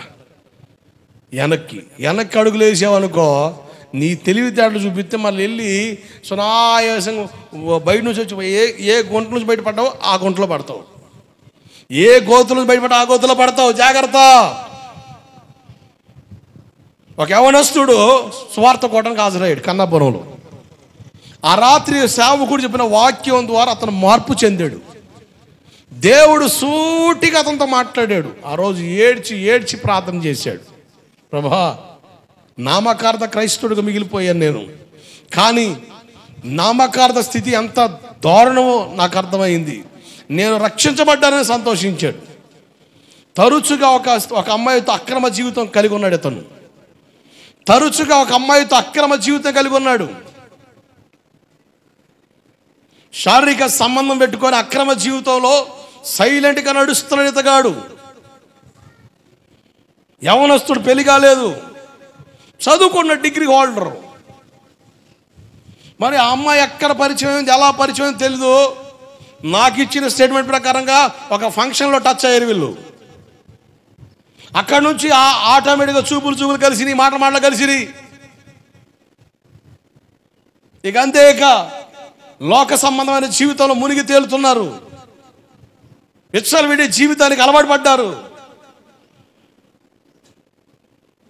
ఈ వ్యక్తి మార్పు చెందాడు.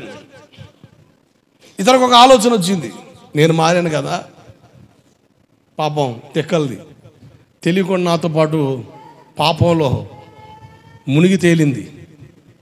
ఆమె కూడా ఈ రక్షణ వార్త చెబుతామని పోయాడు ఈ మహానుభావుడు. ఎవరికి? రాత్రే మార్పు చెందాడు.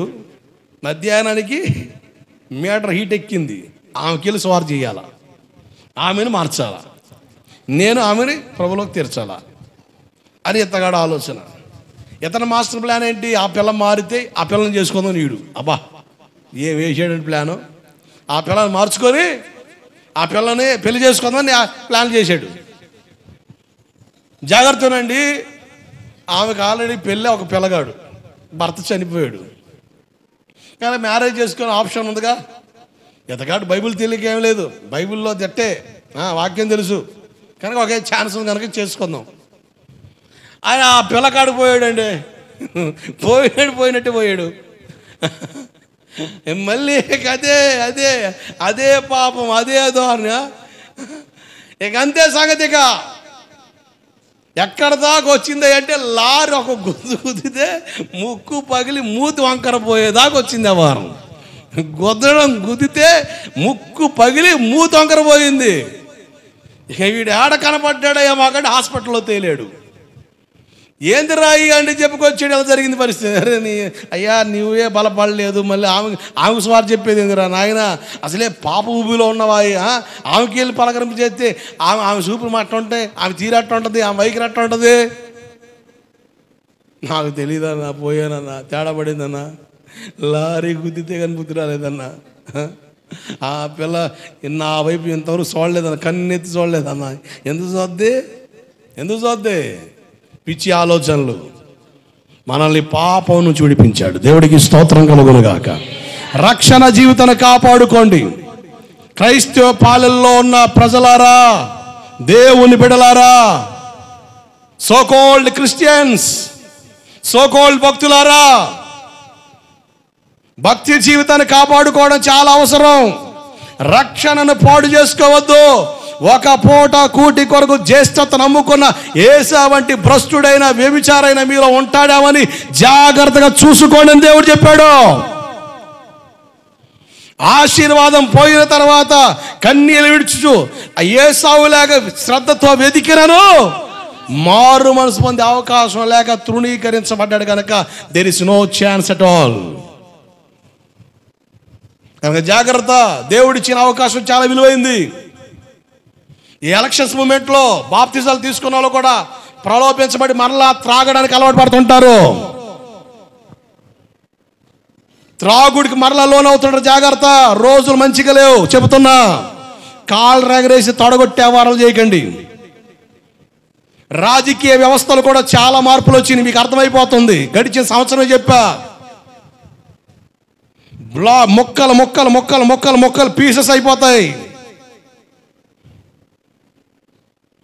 ఏ వ్యవస్థ నమ్ముకొని మనం బాగుపడలేం. సత్య దేవుడు యేసు నమ్ముకో, నీ జీవితం బాగవుతుంది. దేవుడికి స్తోత్రం కలుగునగాక. సేవకులమైన మాకు ఉండకూడదు రాజకీయ పిచ్చి, నీకు ఉండకూడదు. ఓటు విలువైంది, ఉపయోగించుకో.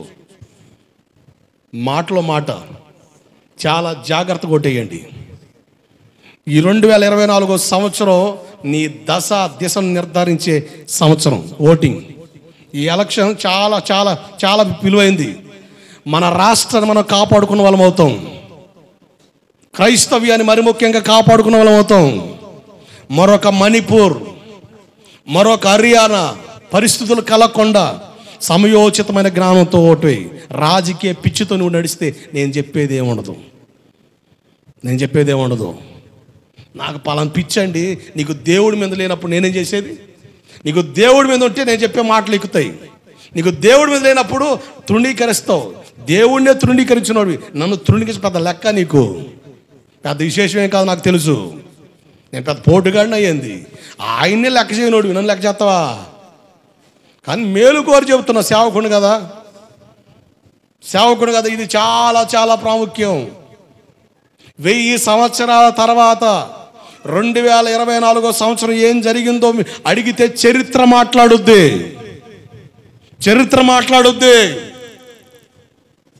చాలా విలువైంది. జాగ్రత్త. రాజకీయపు రంగు పూసుకొని రాజకీయ పిచ్చి మీద ఎలకో.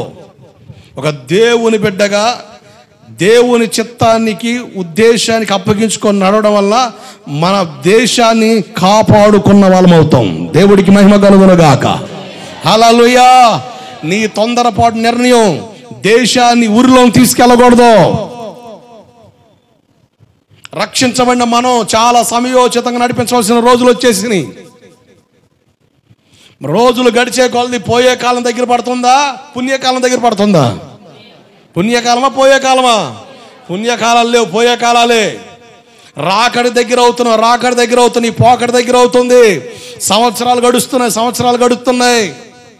Hair drive వాడుతున్నావేమో, ఎంట్రుకలు నెరవకుండా. నీకు అర్థం కాకపోవచ్చు. అర్థమైందా? హెయిర్ డ్రైవ్ వాడితే ఏమవుద్ది? నాకు ముసలితనం వచ్చిన సంగతి నీకు అర్థం కాదు. జాగ్రత్త.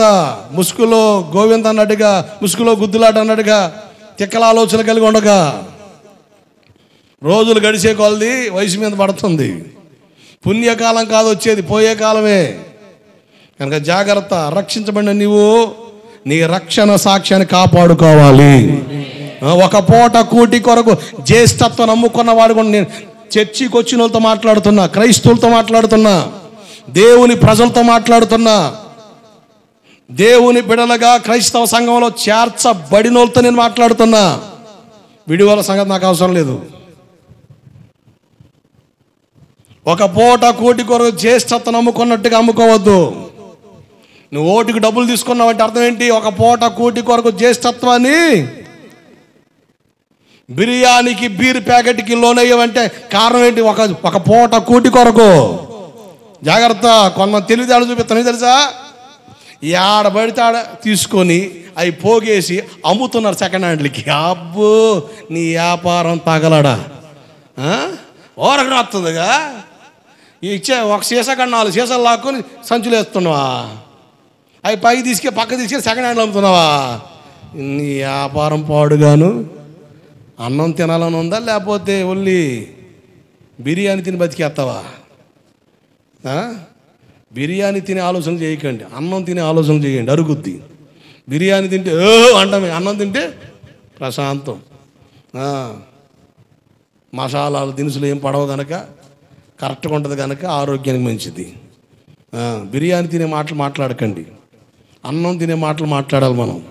దేవుడికి మహిమ కలుగునుగాక. హల్లెలూయా. జాగ్రత్త. రక్షణ కాపాడుకోవడం నీ బాధ్యత. It's your responsibility. నాకు సంబంధం లేదు, నేను ఆల్రెడీ దేవుడు చూస్తున్నాడు. కెమెరా ఉంది. నీ ఇంటి కాడ జూమ్ చేశాడు కెమెరా, బజార్ కాడికి జూమ్ చేశాడు కెమెరా, నీ పొలం కాడ జూమ్ చేశాడు కెమెరా, చర్చి కాడ జూమ్. ప్రతి ఏరియాలో సీసీ కెమెరాలు ఉన్నట్టుగా ఆయన కనుదృష్టి లోకమందంతటా సంచరిస్తుంది. కారణం యథార్థవంతులను బలపరచడానికి. దేవుడికి మహిమ కలుగునుగాక. యథార్థంగా బ్రతికావా, దేవుడు నీకు బలం. సాక్ష్యం చాలా విలువైంది. వ్యక్తిత్వాన్ని బజారు పాలు చేయకండి, వ్యక్తిత్వాలను పాడు చేసుకోకండి, విలువను పాడు చేసుకోకండి. సంఘ కాపరిగా నా ధర్మం. మరొక ఆదివారం గడిస్తే May 13 elected and we are the selected. ఇక మనం రంగంలో దిగుతాం. ఈ గ్యాప్లో ఒరవడి స్టార్ట్ అయిపోద్ది. సాతానుగాడు గుచ్చి గుచ్చి గుచ్చి గుచ్చి నిన్ను పొడుస్తూ ఉంటాడు ఏరాలని. వాడు ఎర్రకి చెక్కగా దేవుని చేతిలో ఉండు, అది నీకు ఆశీర్వాదం. ఆమేన్. న్యాయబద్ధంగా వచ్చిన ఒక 100 రూపాయలు తింటే నీ కడుపు కరుగుద్ది. ఫ్రీగా వచ్చిందని ఫినాయిల్ తాగేవనుకో ఏమవుద్ది? అసలు ఈ మధ్యకి ఇప్పుడు ఎట్లా తెలుసా, కొన్ని ఏరియాలో ఓటుకి 10,000. ఒక్కరైతే ముద్దు, ఇద్దరైతే అబ్బా 4 కని ఉంటే నేను 4 ఓట్లు 40. అబ్బా ఎంత పని. ఇప్పుడు ఫీల్ చచ్చిపోయిన వాళ్ళ పేరు కలుపుతామంటే వాడు లేడే. అబ్బా మా నాన్న మొన్నే పోయి వాడు ఉంటే 10,000 వచ్చాయి, అటు ఇటు. అబ్బో ఇదొక సంపాదన అయిపోయింది. జాగ్రత్త. మీరు గమనించండి. తీసుకున్నారు కదా, ఆ రూపాయి నువ్వు ప్రశాంతంగా అనుభవించగలిగే ఒక్కసారి ఫ్లాష్ బ్యాక్లో పో. అరుగుదల లేని లిస్టులు ఎక్కువ ఉంటాయి. దాని ద్వారా ఒక్క చోటని ఆశిస్తే 2 చోట్ల గుంతలు ఆల్రెడీ పడి ఉంటాయి.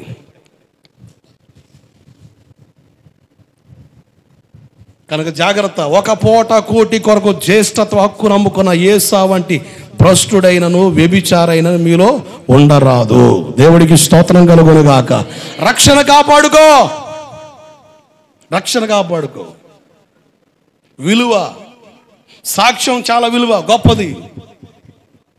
కనుక దేవుడు నిన్ను పాపం నుండి బయటకు లాగాడు. మరలా పాపంలోకి వెళ్ళొద్దు. పాపాన్ని ఆశించి కొనసాగొద్దు. నాకు ఈ ఎలక్షన్స్ మూమెంట్ అంటే చికాకు, ఎర్రక్తి, కసి. అసలు సేవకుడు కాకపోతే అసలు ఇదే తీరులో ఉంటే అసలు ఒక్కొక్కరిని ఎందుకంటే మా నాన్న గురించి చెప్తాను మీకు. మా నాన్న నేను చిన్నప్పుడు చూశాను, మందు తాగడు మా నాన్న. అసలు సిగరెట్ కానీ ఏ అలవాట్లు లేవు మా నాన్నగారికి, ఏ అలవాట్లు లేవు. నమ్మకం కష్టపడ్డాడు, విస్తారమైన డబ్బు వచ్చింది. డబ్బు ఎప్పుడైతే చేరిందో రాజకీయం కాళ్ళకాడకు వచ్చింది. కానీ మా నాన్నగారికి రాజకీయం అంటే ఆలోచన లేదు. కానీ ఎప్పుడైతే డబ్బు తొలతూగుతుందో రాజకీయం వెంటాడింది. ఎప్పుడైతే రాజకీయం అన్న స్థితిలోకి వచ్చాడో త్రాగుడికి, లేనిపోని వ్యసనాలకి లోనయ్యాడు. కనుక ఒక కన్న కొడుకుగా నాకు బాధది. కానీ మా నాన్న గురించి ఒక మాట చెప్పమంటారా? ఏ రోజు కూడా మా ముందర సిగరెట్ తాగలే. నువ్వో నీ పిల్లల ముందే, ఏందిరా పొల్లెట్టుందిరా, వాడుకోవడం నీకెట్టుందిరా, 2 సంవత్సరాలు అయితే వేస్తారా నిన్ను అని వాడు చూస్తాడు. నువ్వే పొల్లెట్టుందిరా, నీకెట్టుంది. మా నాన్న గురించి చెప్పగలను నేను. మా నాన్నగారు ఎంతవరకు మా ముందర సిగరెట్ తాగిన దాఖలాలు లేవు. ఒకవేళ పొలాల్లో కూర్చొని ఏదైనా తాగుతాం, నేను చాలాసార్లు గమనించాను. మమ్మల్ని చూసి వెంటనే పడేస్తాడు. ఎందుకో తెలుసా? నేను తాగుతున్నానని మా పిల్లలు కూడా అలవాటు పడతారేమని. ఒక తండ్రిగా ఆ జాగ్రత్త నీకుందా? రే మీ బాబాయ్ చేసేస్తాను కానీ తీసుకురా, నాకు కుదరలేదు కానీ పోయి 2 ఏం నేర్పుతున్న పిల్లలకి? నీకు దండం పెట్టి చెప్తున్నా, యవనస్తులు త్రాగుడికి లోనైపోయారు. ఏడుపు ఉంది నాకు. చేతులారా కుటుంబాలు పాడు చేసుకుంటున్నారు. నీకు అర్థమవుతుందా? పెళ్ళి కాకుండానే ఏదో సిమెంట్ పనుకో, దేనికో 10th క్లాస్ అయ్యి ఇంటర్మీడియట్ గడవలేక, లాగలేక, తొక్కలేక, ఈదలేక, ఏదో పనికి సిక్కి చివరికి చెడు వ్యసనంలో లోనవుతున్నారు. వాళ్ళు త్రాగుడికి లోనవుతున్నారు. నేను మొన్న బండూరుపాలెం వాక్యం చెప్పి త్వరగొచ్చేసా. ఫస్ట్లో మాట్లాడేసా. నిద్రలేవు, రోజు ఇటు తిరగడం అటు తిరగడం. ఫస్ట్లో మాట్లాడి వచ్చేసా. ఆ పాస్టర్ మరి బతులు రావాలని, సరే మాట ఇచ్చా కదని పోయా, ముందర మాట్లాడి వచ్చేసా. వస్తూ ఉంటే వెళ్ళేటప్పుడు ఈ ఎలక్షన్ మూమెంట్ కదా, కొంతమంది డీజేలు పెట్టి ఆ రాజకీయ పాటలు పెట్టి మొత్తానికి జెండాలు ఎత్తున్నారు, టవల్ ఎత్తున్నారు. పిల్లలు కూడా టోపీలు వేసుకొని వచ్చేపాటికి, సాయంత్రం మళ్ళీ వచ్చేపాటికి 1 గంటన్నర తర్వాత ఆ పక్కనే సిట్టింగ్లు వేసుకుని కూర్చొని ఉన్నారు. ఈ పక్కన చిన్నపిల్లలు గొంతులు వేస్తున్నారు. ఎంత ఘోరణం అండి!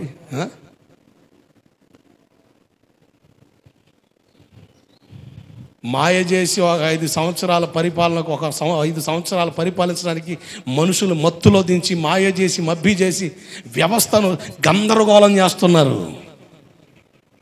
క్రైస్తవులు మనకి కనువిప్పు కలగాల. బయట ఉన్నోడి కంటే నీకు కనువిప్పు కలగాల. నీకు చెప్పమంటావా? మన ఆంధ్ర రాష్ట్రంలో క్రిస్టియానిటీ ఒక్క తాట్లోకి వస్తే రాజకీయాన్ని శాసించగలం. అంతే. క్రిస్టియానిటీ ఒక థాట్లోకి వస్తే రాజకీయాన్ని శాసిస్తాం మనం. ఓటకు మనకి ఎక్కువ ఉంది మన ఆంధ్రాలో. ప్రార్థనకు వచ్చే ప్రతి ఓడికి పౌరుషం వచ్చి కరెక్ట్గా నిలబడితే రాజకీయ పార్టీలకి 2 పడిపోతాయి అంతే. నేను రోషంతో చెప్తున్నా, కళ్ళు తెరుచుకో. రక్షణ జీవితాన్ని పాడు చేసుకోవద్దు. ఒక పూట కూటి కొరకు జ్యేష్ఠత హక్కు నమ్ముకున్న యేసులో బతకొద్దు.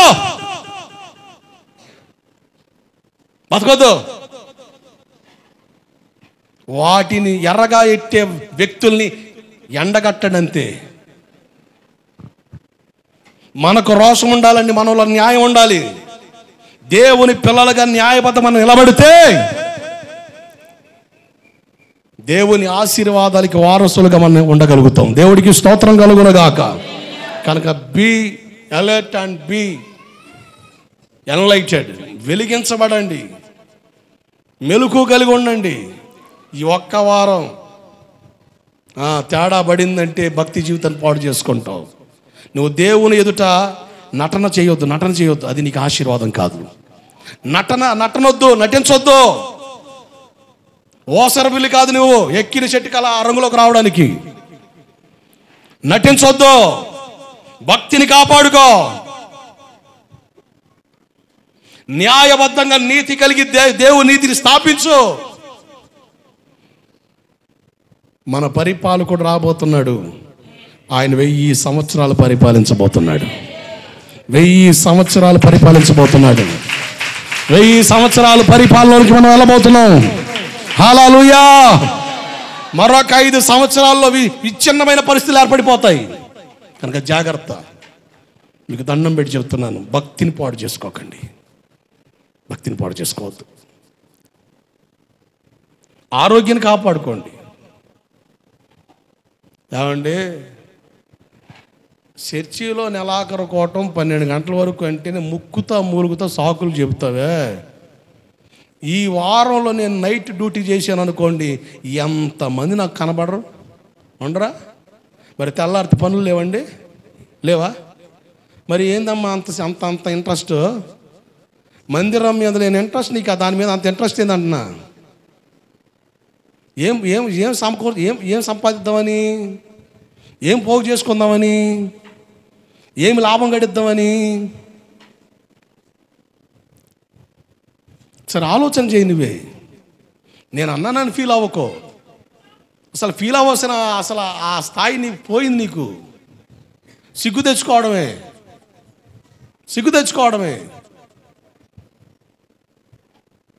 ఒక తండ్రిగా మాట్లాడుతున్నాను.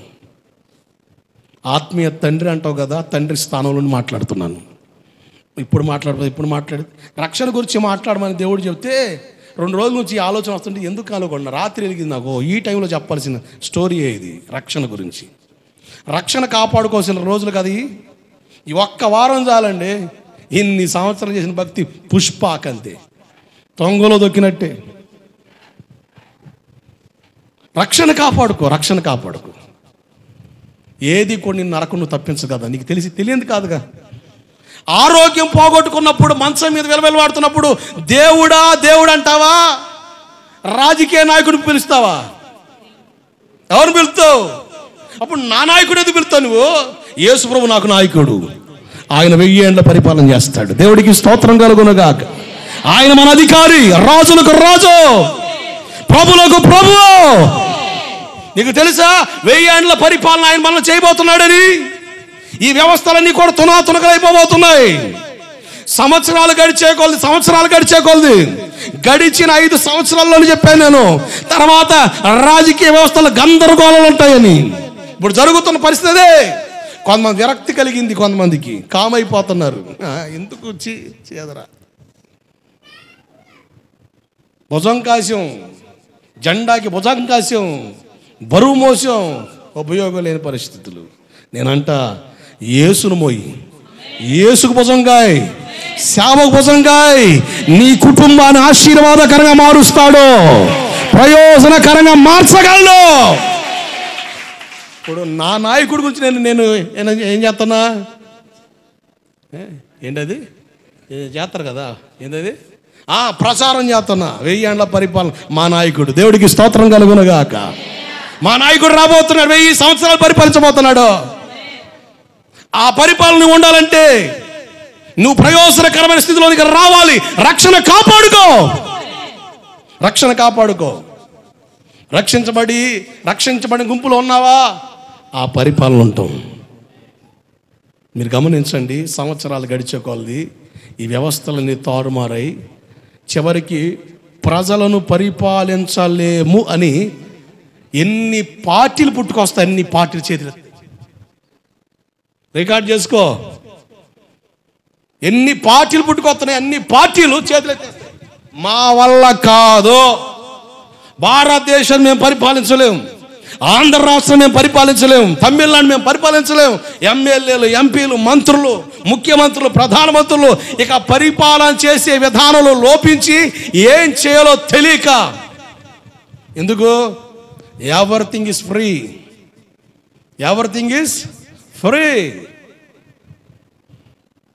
నీ వీక్నెస్ పట్టుకున్నాడు వాడు అంతే. కానీ చివరికి అది అతనికి తలపోటుగా మారబోతుంది. రాజకీయ వ్యవస్థలకు అది తలపోటుగా మారబోతుంది. అప్పుడు ఒకడు వస్తాడు ప్రపంచ నియంతగా.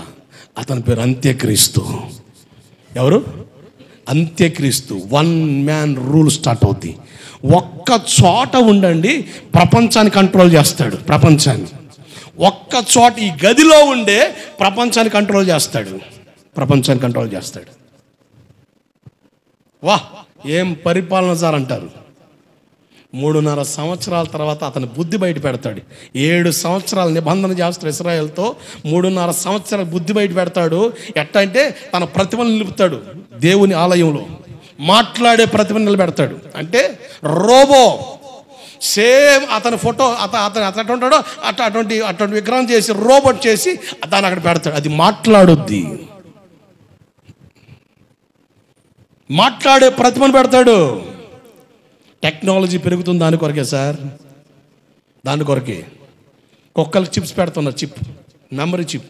ఇప్పుడు సిటీలో తప్పిపోతాను కుక్కలు. ఇప్పుడు ఏమి లేదు, నీ కుక్క తప్పిపోయింది, మున్సిపాలిటీలోకి వెళ్ళి సార్ నా కుక్క కనబడుతుంది పలానా ఏరియా తప్పిపోయిందంటే వాడు వెంటనే నెంబర్ చెప్పమంటాడు. వాడి నెంబర్ కొట్టగానే సిగ్నల్ చూపిస్తుంది పలానా ఏరియాలో అని. పలానా చెత్త కుప్పకాడ పొంది నీ కుక్క అంటాడు అంతే. ఎక్కడ కంప్యూటర్లో చూసి చెప్తాడు. నువ్వు పోతే ఆడ ఉంటుంది అది. రేపొద్దున మనకు కూడా చిప్ పెట్టేస్తాడు. చిప్ జరుగుతుంది, చిప్ పెట్టేస్తాడు. అతను సీసీ కెమెరా కాడ ఫుటేజ్ చూసినట్టుగా ఒక పెద్ద థియేటర్ లాగా ఉంటే దానిలో కూర్చొని చూస్తాడు ప్రపంచం మొత్తాన్ని. అంత్యక్రీస్తు పరిపాలన తర్వాత ప్రపంచ యుద్ధం, 2 యుద్ధాలు అయిపోయినాయి. ఫస్ట్ వార్ అయిపోయింది, సెకండ్ వార్ అయిపోయింది, వరల్డ్ వార్. అవునా? ఇప్పుడు 3వ ప్రపంచ యుద్ధం కొరకు దేశం ఎదురు చూస్తుంది. ఆ 3వ ప్రపంచ యుద్ధం హెర్మగోన్ యుద్ధం. హెర్మగోన్ యుద్ధం ఇప్పుడు ఎప్పటికీ చెబుతున్నారు. 3వ ప్రపంచ యుద్ధం జరిగితే దేశం, ప్రపంచం మొత్తం బూడిదైపోతాడు, కాలు తగలబడిపోతాడు. ఇప్పుడున్న అనుభవములు వదిలిపెడితే కొన్ని దేశాలే అసలు నేల మట్టమైపోతాయట, కనుమరుగైపోతాయట. ఒక దేశం యుద్ధం చేస్తా ఫ్లైట్ మీద వెళ్తా ఉంటే ఒక బాంబు జారి కింద పడితే ఆ ఏరియాలో ఎప్పటి కూడా సరైన నీళ్ళు లేక, ఆరోగ్యం లేక ఎప్పటి కూడా తల్లడిల్లిపోతున్నారు దేశాలు. అటువంటి డేంజర్ వెపన్స్ క్రియేట్ అవుతున్నాయి. బైబిల్ చెబుతుంది హెర్మగోన్ యుద్ధం అది అంత్యక్రీస్తుకి యేసుకి జరిగే యుద్ధం. ఆ యుద్ధం అయిన తర్వాత దేవుడు ఇదిగో చేతి సహాయం లేకుండా తీయబడిన రాయి, పురుషుడు ప్రమేయం లేకుండా పుట్టిన వ్యక్తి ఎవరో? యేసు ప్రభు. చేతి సహాయం లేకుండా తీయబడిన రాయి, అది బబులోను దేశపు రాజు నెబుకద్నెజరు కనబడుతుంది. పెద్ద ప్రతిమ. ప్రపంచ దేశాలు ఏలుతూ ఉంటాయి. మానవ ప్రభుత్వ కాలంలో మనం ఉన్నాం. కొన్ని ప్రపంచానికి కొన్ని రాజ్యాలేల్ని రోమా సామ్రాజ్యం, అలాగే బబులోను, మాదియా, పార్సిక, ఇట్లా కొన్ని ప్రపంచంలో 7 సామ్రాజ్యాలు ఉన్నాయి. అలాగే ఇది మానవ ప్రభుత్వ రాజ్యం, మానవ ప్రభుత్వ కాలం. డాక్టర్ అంబేద్కర్ గారు ఓటింగ్ ద్వారా నాయకుడిని నిర్ధారించే హక్కు తెచ్చాడు. రాణి గారి గర్భంలో పుట్టిన వ్యక్తి రాజు కాడు, రాజుకు పుట్టిన వ్యక్తి రాజు కాడు. ఇదిగో నువ్వు వేసే ఓటింగ్ ద్వారా పడతాడు రాజు అని దాన్ని బ్యాలెట్ బాక్స్ తెచ్చాడు. ఇది మానవ ప్రభుత్వ కాలం. మట్టి ఇనుము పొసకుండా కాలు చేయబడ్డాయి. వచ్చి ఆ రాయి ఎక్కడ పడుతుందంటే ఆ కాల వేల మీద పడగానే ఆ మహాప్రతిమ ఒక్కసారిగా బూడిదిగా మారిపోద్ది. ఆ చిన్న రాయి పెద్ద పర్వతంగా మారుద్ది. అదే నా యేసయ్య రాజ్యం, నిత్య రాజ్యం, శాశ్వత రాజ్యం, 1000 ఏండ్ల పరిపాలన. దేవుడికి స్తోత్రం కలుగునగాక. మరి ఇంత ప్రత్యక్షం నాకు ఎట్లా ఉంటుందండి రాజకీయ పిచ్చి? ఈ ప్రత్యక్షత ఉన్న పాస్టర్ గారు ఉంటుందండి? ఉంటుందా? అస్సలు ఉండదు. ఈ ప్రత్యక్షత కలిగిన విశ్వాసం ఉంటుందా? ఉండదు. నాకు ఉంది కానీ లేదు. ఈ ప్రత్యక్షత ఉంటే ఆ రాజ్యం కొరకు ఎదురు చూస్తాం అంతే. దేవుడికి స్తోత్రం కలుగునగాక. రక్షణ జీవితాన్ని కాపాడుకోండి. రోమ 5వ అధ్యాయం 9వ వచనం చదవండి త్వరగా. రోమాపత్రిక 5:9. రోమాపత్రిక 5వ అధ్యాయం 9వ వచనం త్వరగా.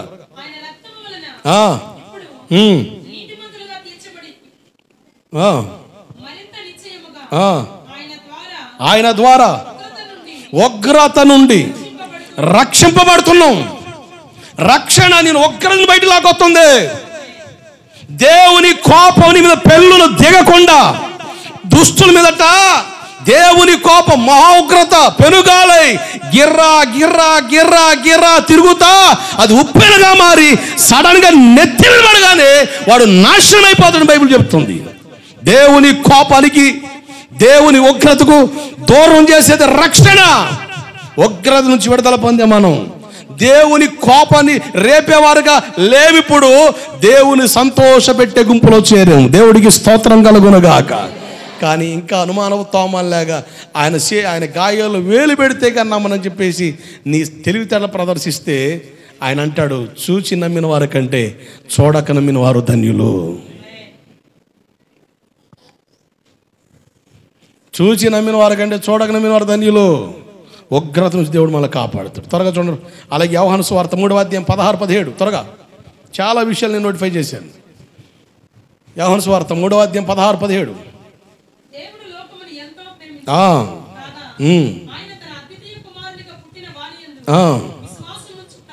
విశ్వాసం ఉంచు ప్రతి వాడును నశింపక నిత్య జీవం పొందినట్లు ఆయన అనుగ్రహించాడు. జాగ్రత్తనండి, ఆయన లోకరక్షకుడు వచ్చాడు అంటే నిత్య మరణం నుండి మనల్ని విడిపించాడు. నిత్య జీవంలోనికి మనల్ని తీసుకెళ్ళడానికి నిత్య మరణం నుండి విడుదల పొందాం. భౌతిక మరణం అందరికి వస్తుంది. రెడ్డి అయినా, రాజైనా, కమ్మైనా, కాపైనా, బండైనా, బక్కైనా, బలిజైనా, ఎవరైనా ఒక రోజున ఈ లోకాన్ని విడిచి చెల్లాల్సిందే. ఏ నాటికైనా ఈ కాయం మాయమవడం ఖాయం. ఏ నాటికైనా యేసును చేరడమే న్యాయం. కనుక నీ జీవితంలో నిత్య మరణం నుండి తప్పించబడే అవకాశం దేవుడిచ్చాడు. రక్షించబడ్డావా నిత్య మరణం నుండి తప్పించబడతావు. హెబ్రీ 2:14 త్వరగా హెబ్రీ పత్రిక 2:14 వేటి నుంచి మనం రక్షించబడ్డామో రక్షణ పొందామో చెప్తున్నా.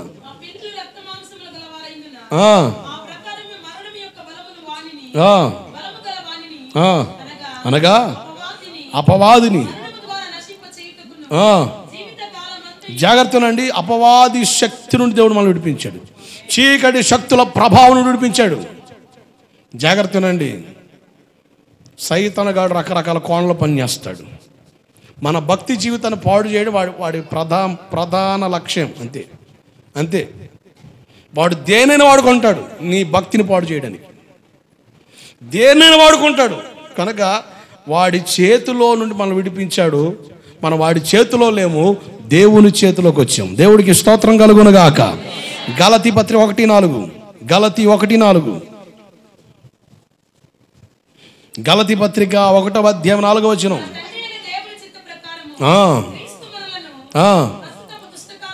ప్రస్తుత దుష్ట కాలంలో నుండి విమోచించాలని మన పాపము నిమిత్తము తనను తాను అప్పగించుకున్నాడు. దుష్ట లోకం నుండి దేవుడు విడిపించాడు. ఇది దుష్ట లోకం.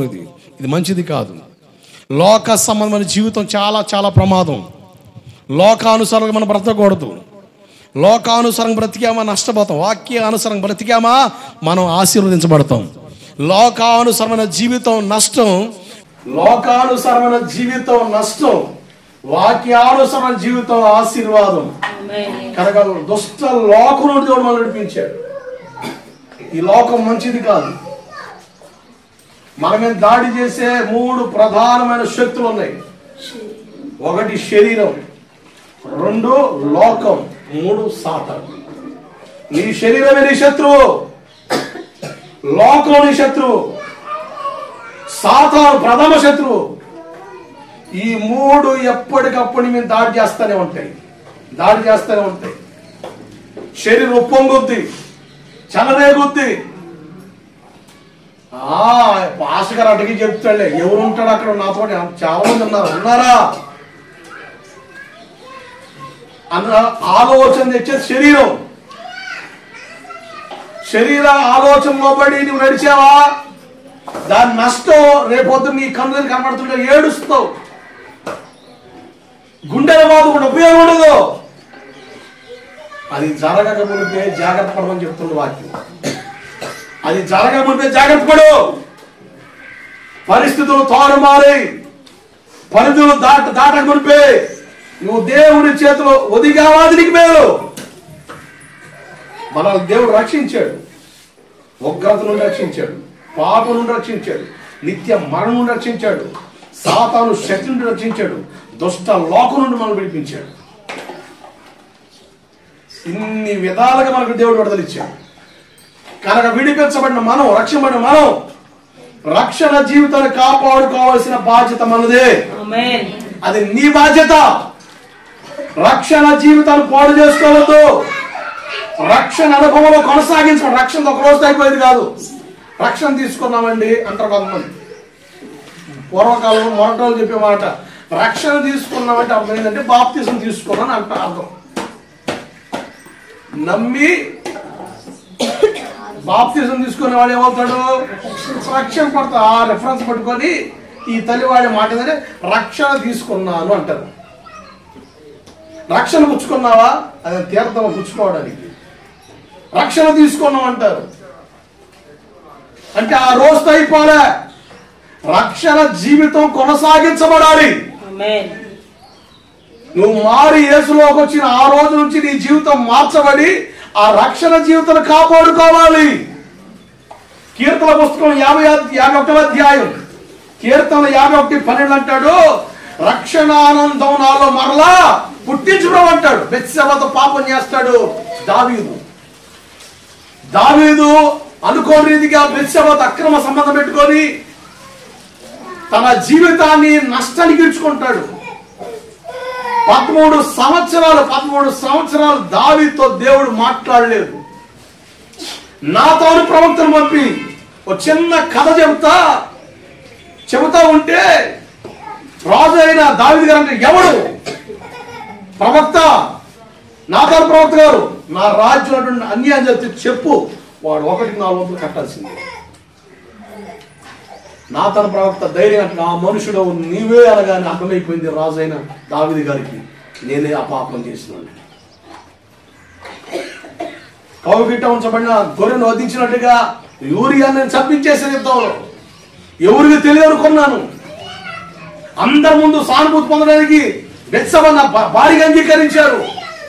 అబ్బో, ప్రాణ సంరక్షణ కూడా దావీదు గారు వాళ్ళకి ఎంత న్యాయం చేశాడని చెప్పి అందరూ అనుకున్నారు. కానీ ఎంత అన్యాయం చేశాడో దేవుడు తెలుసు.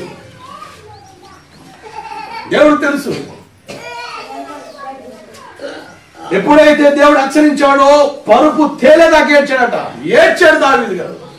నీ పాపం గురించి ఏడువు, నీ అతిక్రమాల గురించి ఏడువు, నీ దోషాల గురించి ఏడువు. తెలిసి చేసిన ప్రతి పాపం ఒప్పుకో దేవుడి దగ్గర. రక్షణ ఆనందం మరలా దయచేయ ప్రభు అడుగు. రక్షణ పడిన తొలి దినాల్లో ప్రార్థన ఎప్పుడు పెడతారా అని చూస్తుంటాం. అవునా? ప్రార్థన రోజు పెడితే బాగుండదు అనిపిస్తుంది. ఆదివారం రేపే వస్తే బాగుండదు అనిపిస్తుంది. ఒక 6 నెలల తర్వాత ఆదివారం ఇప్పుడే వచ్చిందా బుజ్జ అన్నంటే అర్థం ఏంటి? గజ్జి స్టార్ట్ అయిందని అర్థం. ఎంత బాధో. చర్చికి రావాలి, బాప్తిజం తీసుకున్నావుగా, ఉడంబడి చేసావు. ఏమని చెప్పావు? సేవకుడు నేను ఓరికి నేను ముంచి రాపలే, బరిగొడ్డు నువ్వు తోమినట్టు తోమి నువ్వు నీళ్ళ ముంచి రాపలే. నేను ప్రమాణాలు అడిగా. ఏమని అడిగా? అమ్మా, బలవంతంగా తీసుకున్నావా ఇష్టపూర్వకంగా? పెళ్లి కాడ ప్రమాణం ఏంటి? అమ్మా, అబ్బాయి అంటే ఇష్టమేనా? ఇష్టమేనయ్యా. అమ్మా, అమ్మాయి అంటే ఇష్టమేనా? అబ్బాయి ఇష్టమేనయ్యా. ఓకే, ఫస్ట్ ప్రమాణం. ఇష్టపూర్వకంగా తీసుకున్నావా బలవంతంగా? ఇష్టపూర్వకంగా తీసుకున్నా. తీసుకున్న తర్వాత దేవుడు కూడా నమ్మకం బ్రతుకుతావా? బ్రతుకుతావు. కలిమైనా, లేమైనా, కరువైనా, ఖడ్గమైనా, రోగమైనా, ఏదైనా నీతోనే కాపురం చేసేదాను. నీ జీవితకాలం నమ్మకంగా మందిరానికి వస్తావా? న్యాయబద్ధం ఉంటావా? ఉంటావయ్యా. ప్రమాణం చేశావుగా దేవుడికి. దేవుడు ప్రమాణం చేశావుగా. ఆ సంవత్సరం 52 ఆదివారం, ఎన్ని ఆదివారం మిస్ అవుతున్నావు అంటే నువ్వు నమ్మక ద్రోహివి, విశ్వాసఘాతకం. నువ్వేదో బాప్తిజం అంటే ముంచి లేవడం అనుకోవడం ఏమది? తీసుకుని మనిషి అంటారు కూడా. తీసుకున్న తర్వాత తిప్పనట్టుంటే నీకు అర్థమైతే ఒళ్ళు దగ్గర వెళ్ళి బతుకుతాం. తీసుకున్నామండి ఏంటంట? తీసుకున్నామండి, టికెట్ తీసుకున్నాం, సినిమాలకి ఎప్పుడు పోతాం? టికెట్ తీసుకున్నామండి, ఏంటి బస్సు ఎప్పుడైనా ఎక్కుతాం? కుదురుద్దా? అబ్బా టైం ఉంటుంది, ఆ టైంకి వెళ్తే బస్సు వస్తుంది. నేను ఈ టైంకి వస్తా అప్పుడు కావాలంటే కుదరదు. టికెట్ తీసుకున్నంత మాత్రం పోతావా? ఇది టికెట్ కాదమ్మా. చదువు లేదు మొట్టోళ్ళు ఆ రోజు అట్లా చెప్పారు, టికెట్ బాప్తిజం అంటే టికెట్ తీసుకున్నా అనుకుంటారు కొంతమంది. టికెట్ కాదు ఇది, జీవితం, భక్తి జీవితం, మార్పు జీవితం. నీ జీవితాన్ని మార్చుకొని దేవుడు ప్రతి రక్షణ ఆనందం. దేవుని సన్నిధికి వస్తే ఆనందంగా ఉంటాం. కొంతమందికి ఎంత బాధో 3 రోజుల బయటికి వెళ్ళని చూస్తుంటారు, సీరియస్ పోతున్నారు. అంత బాధ ఎందుకు? అంత కష్టం ఎందుకు? అంత ఇబ్బంది ఎందుకు? దేవుని సన్నిధి ప్రేమించే మనసు నీకు లేదా? దేవుని సభ గడపాలన్న ఆలోచన నీకు లేదా? అబ్బా ఈ టైం అని దొరికిందిరా, ఆయన కొద్దిసేపు దేవుడితో ఉంటున్నా కదరా అన్న సంతోషం నీకు లేదా? నువ్వు బాగుండాలనేగా, నువ్వు మంచిగా ఉండాలనేగా. లేవు నాకెందుకండి, మీరు ఏం చేస్తే నాకెందుకు, ఎలా ఉంటే నాకెందుకు, నాకు వస్తుంది, మీరు నాకు ఇచ్చే నాకు ఎత్తుంది, నాకు గడుపుతుంది శుభ్రంగా, నా తిప్ప నేను పడుతున్నాను, అయిపోయింది, బ్రహ్మాండం ఉంది, జీవితం గడుపుతుంది అనుకుంటే కుదరదు. రేపొద్దు నీకోసం నేను లెక్క చెప్పడం బాగుంది. నువ్వు మంచిగా ఉంటే ఆనందించింది నేనే, నువ్వు పాడైపోతే బాధపడేది నేనే. ఎందుకంటే తప్పదుగా, నాకు తప్పదుగా. నువ్వు నన్ను వ్యతిరేకించినా, విరోధంగా మాట్లాడినా, ఏం చేసినా కూడా నిన్ను భరించాలిగా. యాజకుడు వేసుకున్న అంగీకి నక్షత్రం అంటే 12 నక్షత్రాలు అంటే ఆ గోత్రాలను భరించిన సామి అని చెప్పి దేవుడు చెప్పాడు. నేను వేసుకున్న అంగీలు లేవు కానీ ప్రధాన యాజకుడికి 12 నక్షత్రాలు ఉంటాయి, స్టార్స్. ఎందుకో తెలుసా? 12 గోత్రాల వారిని నువ్వు భరించాలి రా నాయన. నేను ఎలా భరిస్తున్నానో, నేను ఎలా సహిస్తున్నానో అలా నువ్వు సహించాలిరా అని వాటిని పెట్టాడు గుర్తుగా. నక్షత్రాలు అన్నమాట మిమ్మల్ని భరించాలిగా, తప్పదుగా. అలాగని చెప్పేసి బరితెగేసి తిరుగుతుంటే కాము చూడకూడదుగా, చెప్పాలిగా, చేయాల్సింది చేయాలిగా. అలా చేసినప్పుడే దేవుడు ఒక దెబ్బ కొట్టో ఏదో చేసో లైన్లో పెట్టాడు అనుకో, ట్రాక్లో పడ్డావు అనుకో, నీ బతుకు బాగుంటుంది, నీళ్ళు బాగుంటుంది, నీ కుటుంబం బాగుంటుంది, మంచిగా ఉంటావు. నేను ఆయన ఇంటి వారిని ఇవ్వాలే అంతే. సెలవు పెట్టండి చెప్పండి, ఎంత గట్టి చెప్పాలండి, రోషం రావాలండి. చెప్తాం దేవుడికి స్తోత్రం కలుగునగాక. రోషం కలిగి బతుకుతాం, రక్షణ కాపాడుకుందాం. మోకరించ ప్రార్థన చేద్దాం. మోకరించాలి. ప్రభా ఈ వారం అంతా నీ భద్రత ఒక్క ప్రార్థన చేయమ్మా. అయ్యా ప్రార్థన బయట నీ కొరకు ఎరేసుకొని కూర్చుంటారు, ఎప్పుడు బయటకు వస్తాడు వేస్తాడు. బయట టైం దగ్గర పడిందిగా, వాడు కాటి ఏం పోతుంటాడు. ప్రార్థన ప్రార్థన ఒక్క మాట, ప్రభా నిజమే నా రక్షణ జీవితం నేను పాటు చేసుకోకూడదు. చెప్పింది వాస్తవే, రక్షణ పోగొట్టుకుంటే దాన్ని కాపాడుకోలేదు. రక్షణ నాలో ఉంచిన ఆయన అడుగుదేవాడిని. ప్రార్థన ఎక్కడ పోగొట్టుకోవడం సంయోజనాన్ని అనుకోండి. నా భర్త ప్రార్థన రాడు, నేను ప్రార్థనకు వస్తున్నా, సేవకుడు చెప్పిన మాట నాకు అర్థమైంది. కానీ ఇంట్లో నాకు పోరాటం, కానీ సంయోజన జ్ఞానం ఇచ్చిన నడిపించుకోవాలి. లోక సంబంధమైన విధానంలో నేను చిక్కకుండా భద్రపరుచుకోమన్నాడు ఒక మాట. వాక్యం అన్నావు కదా, ప్రార్థన చేయి, స్వరమెత్తి వరమెత్తి దేవుణ్ణి. ఈ వారం చాలా గడ్డు కాలం, చాలా ఒత్తిడి మీదకి వస్తాయి, చాలా పోరాటికి వస్తుంది. కానీ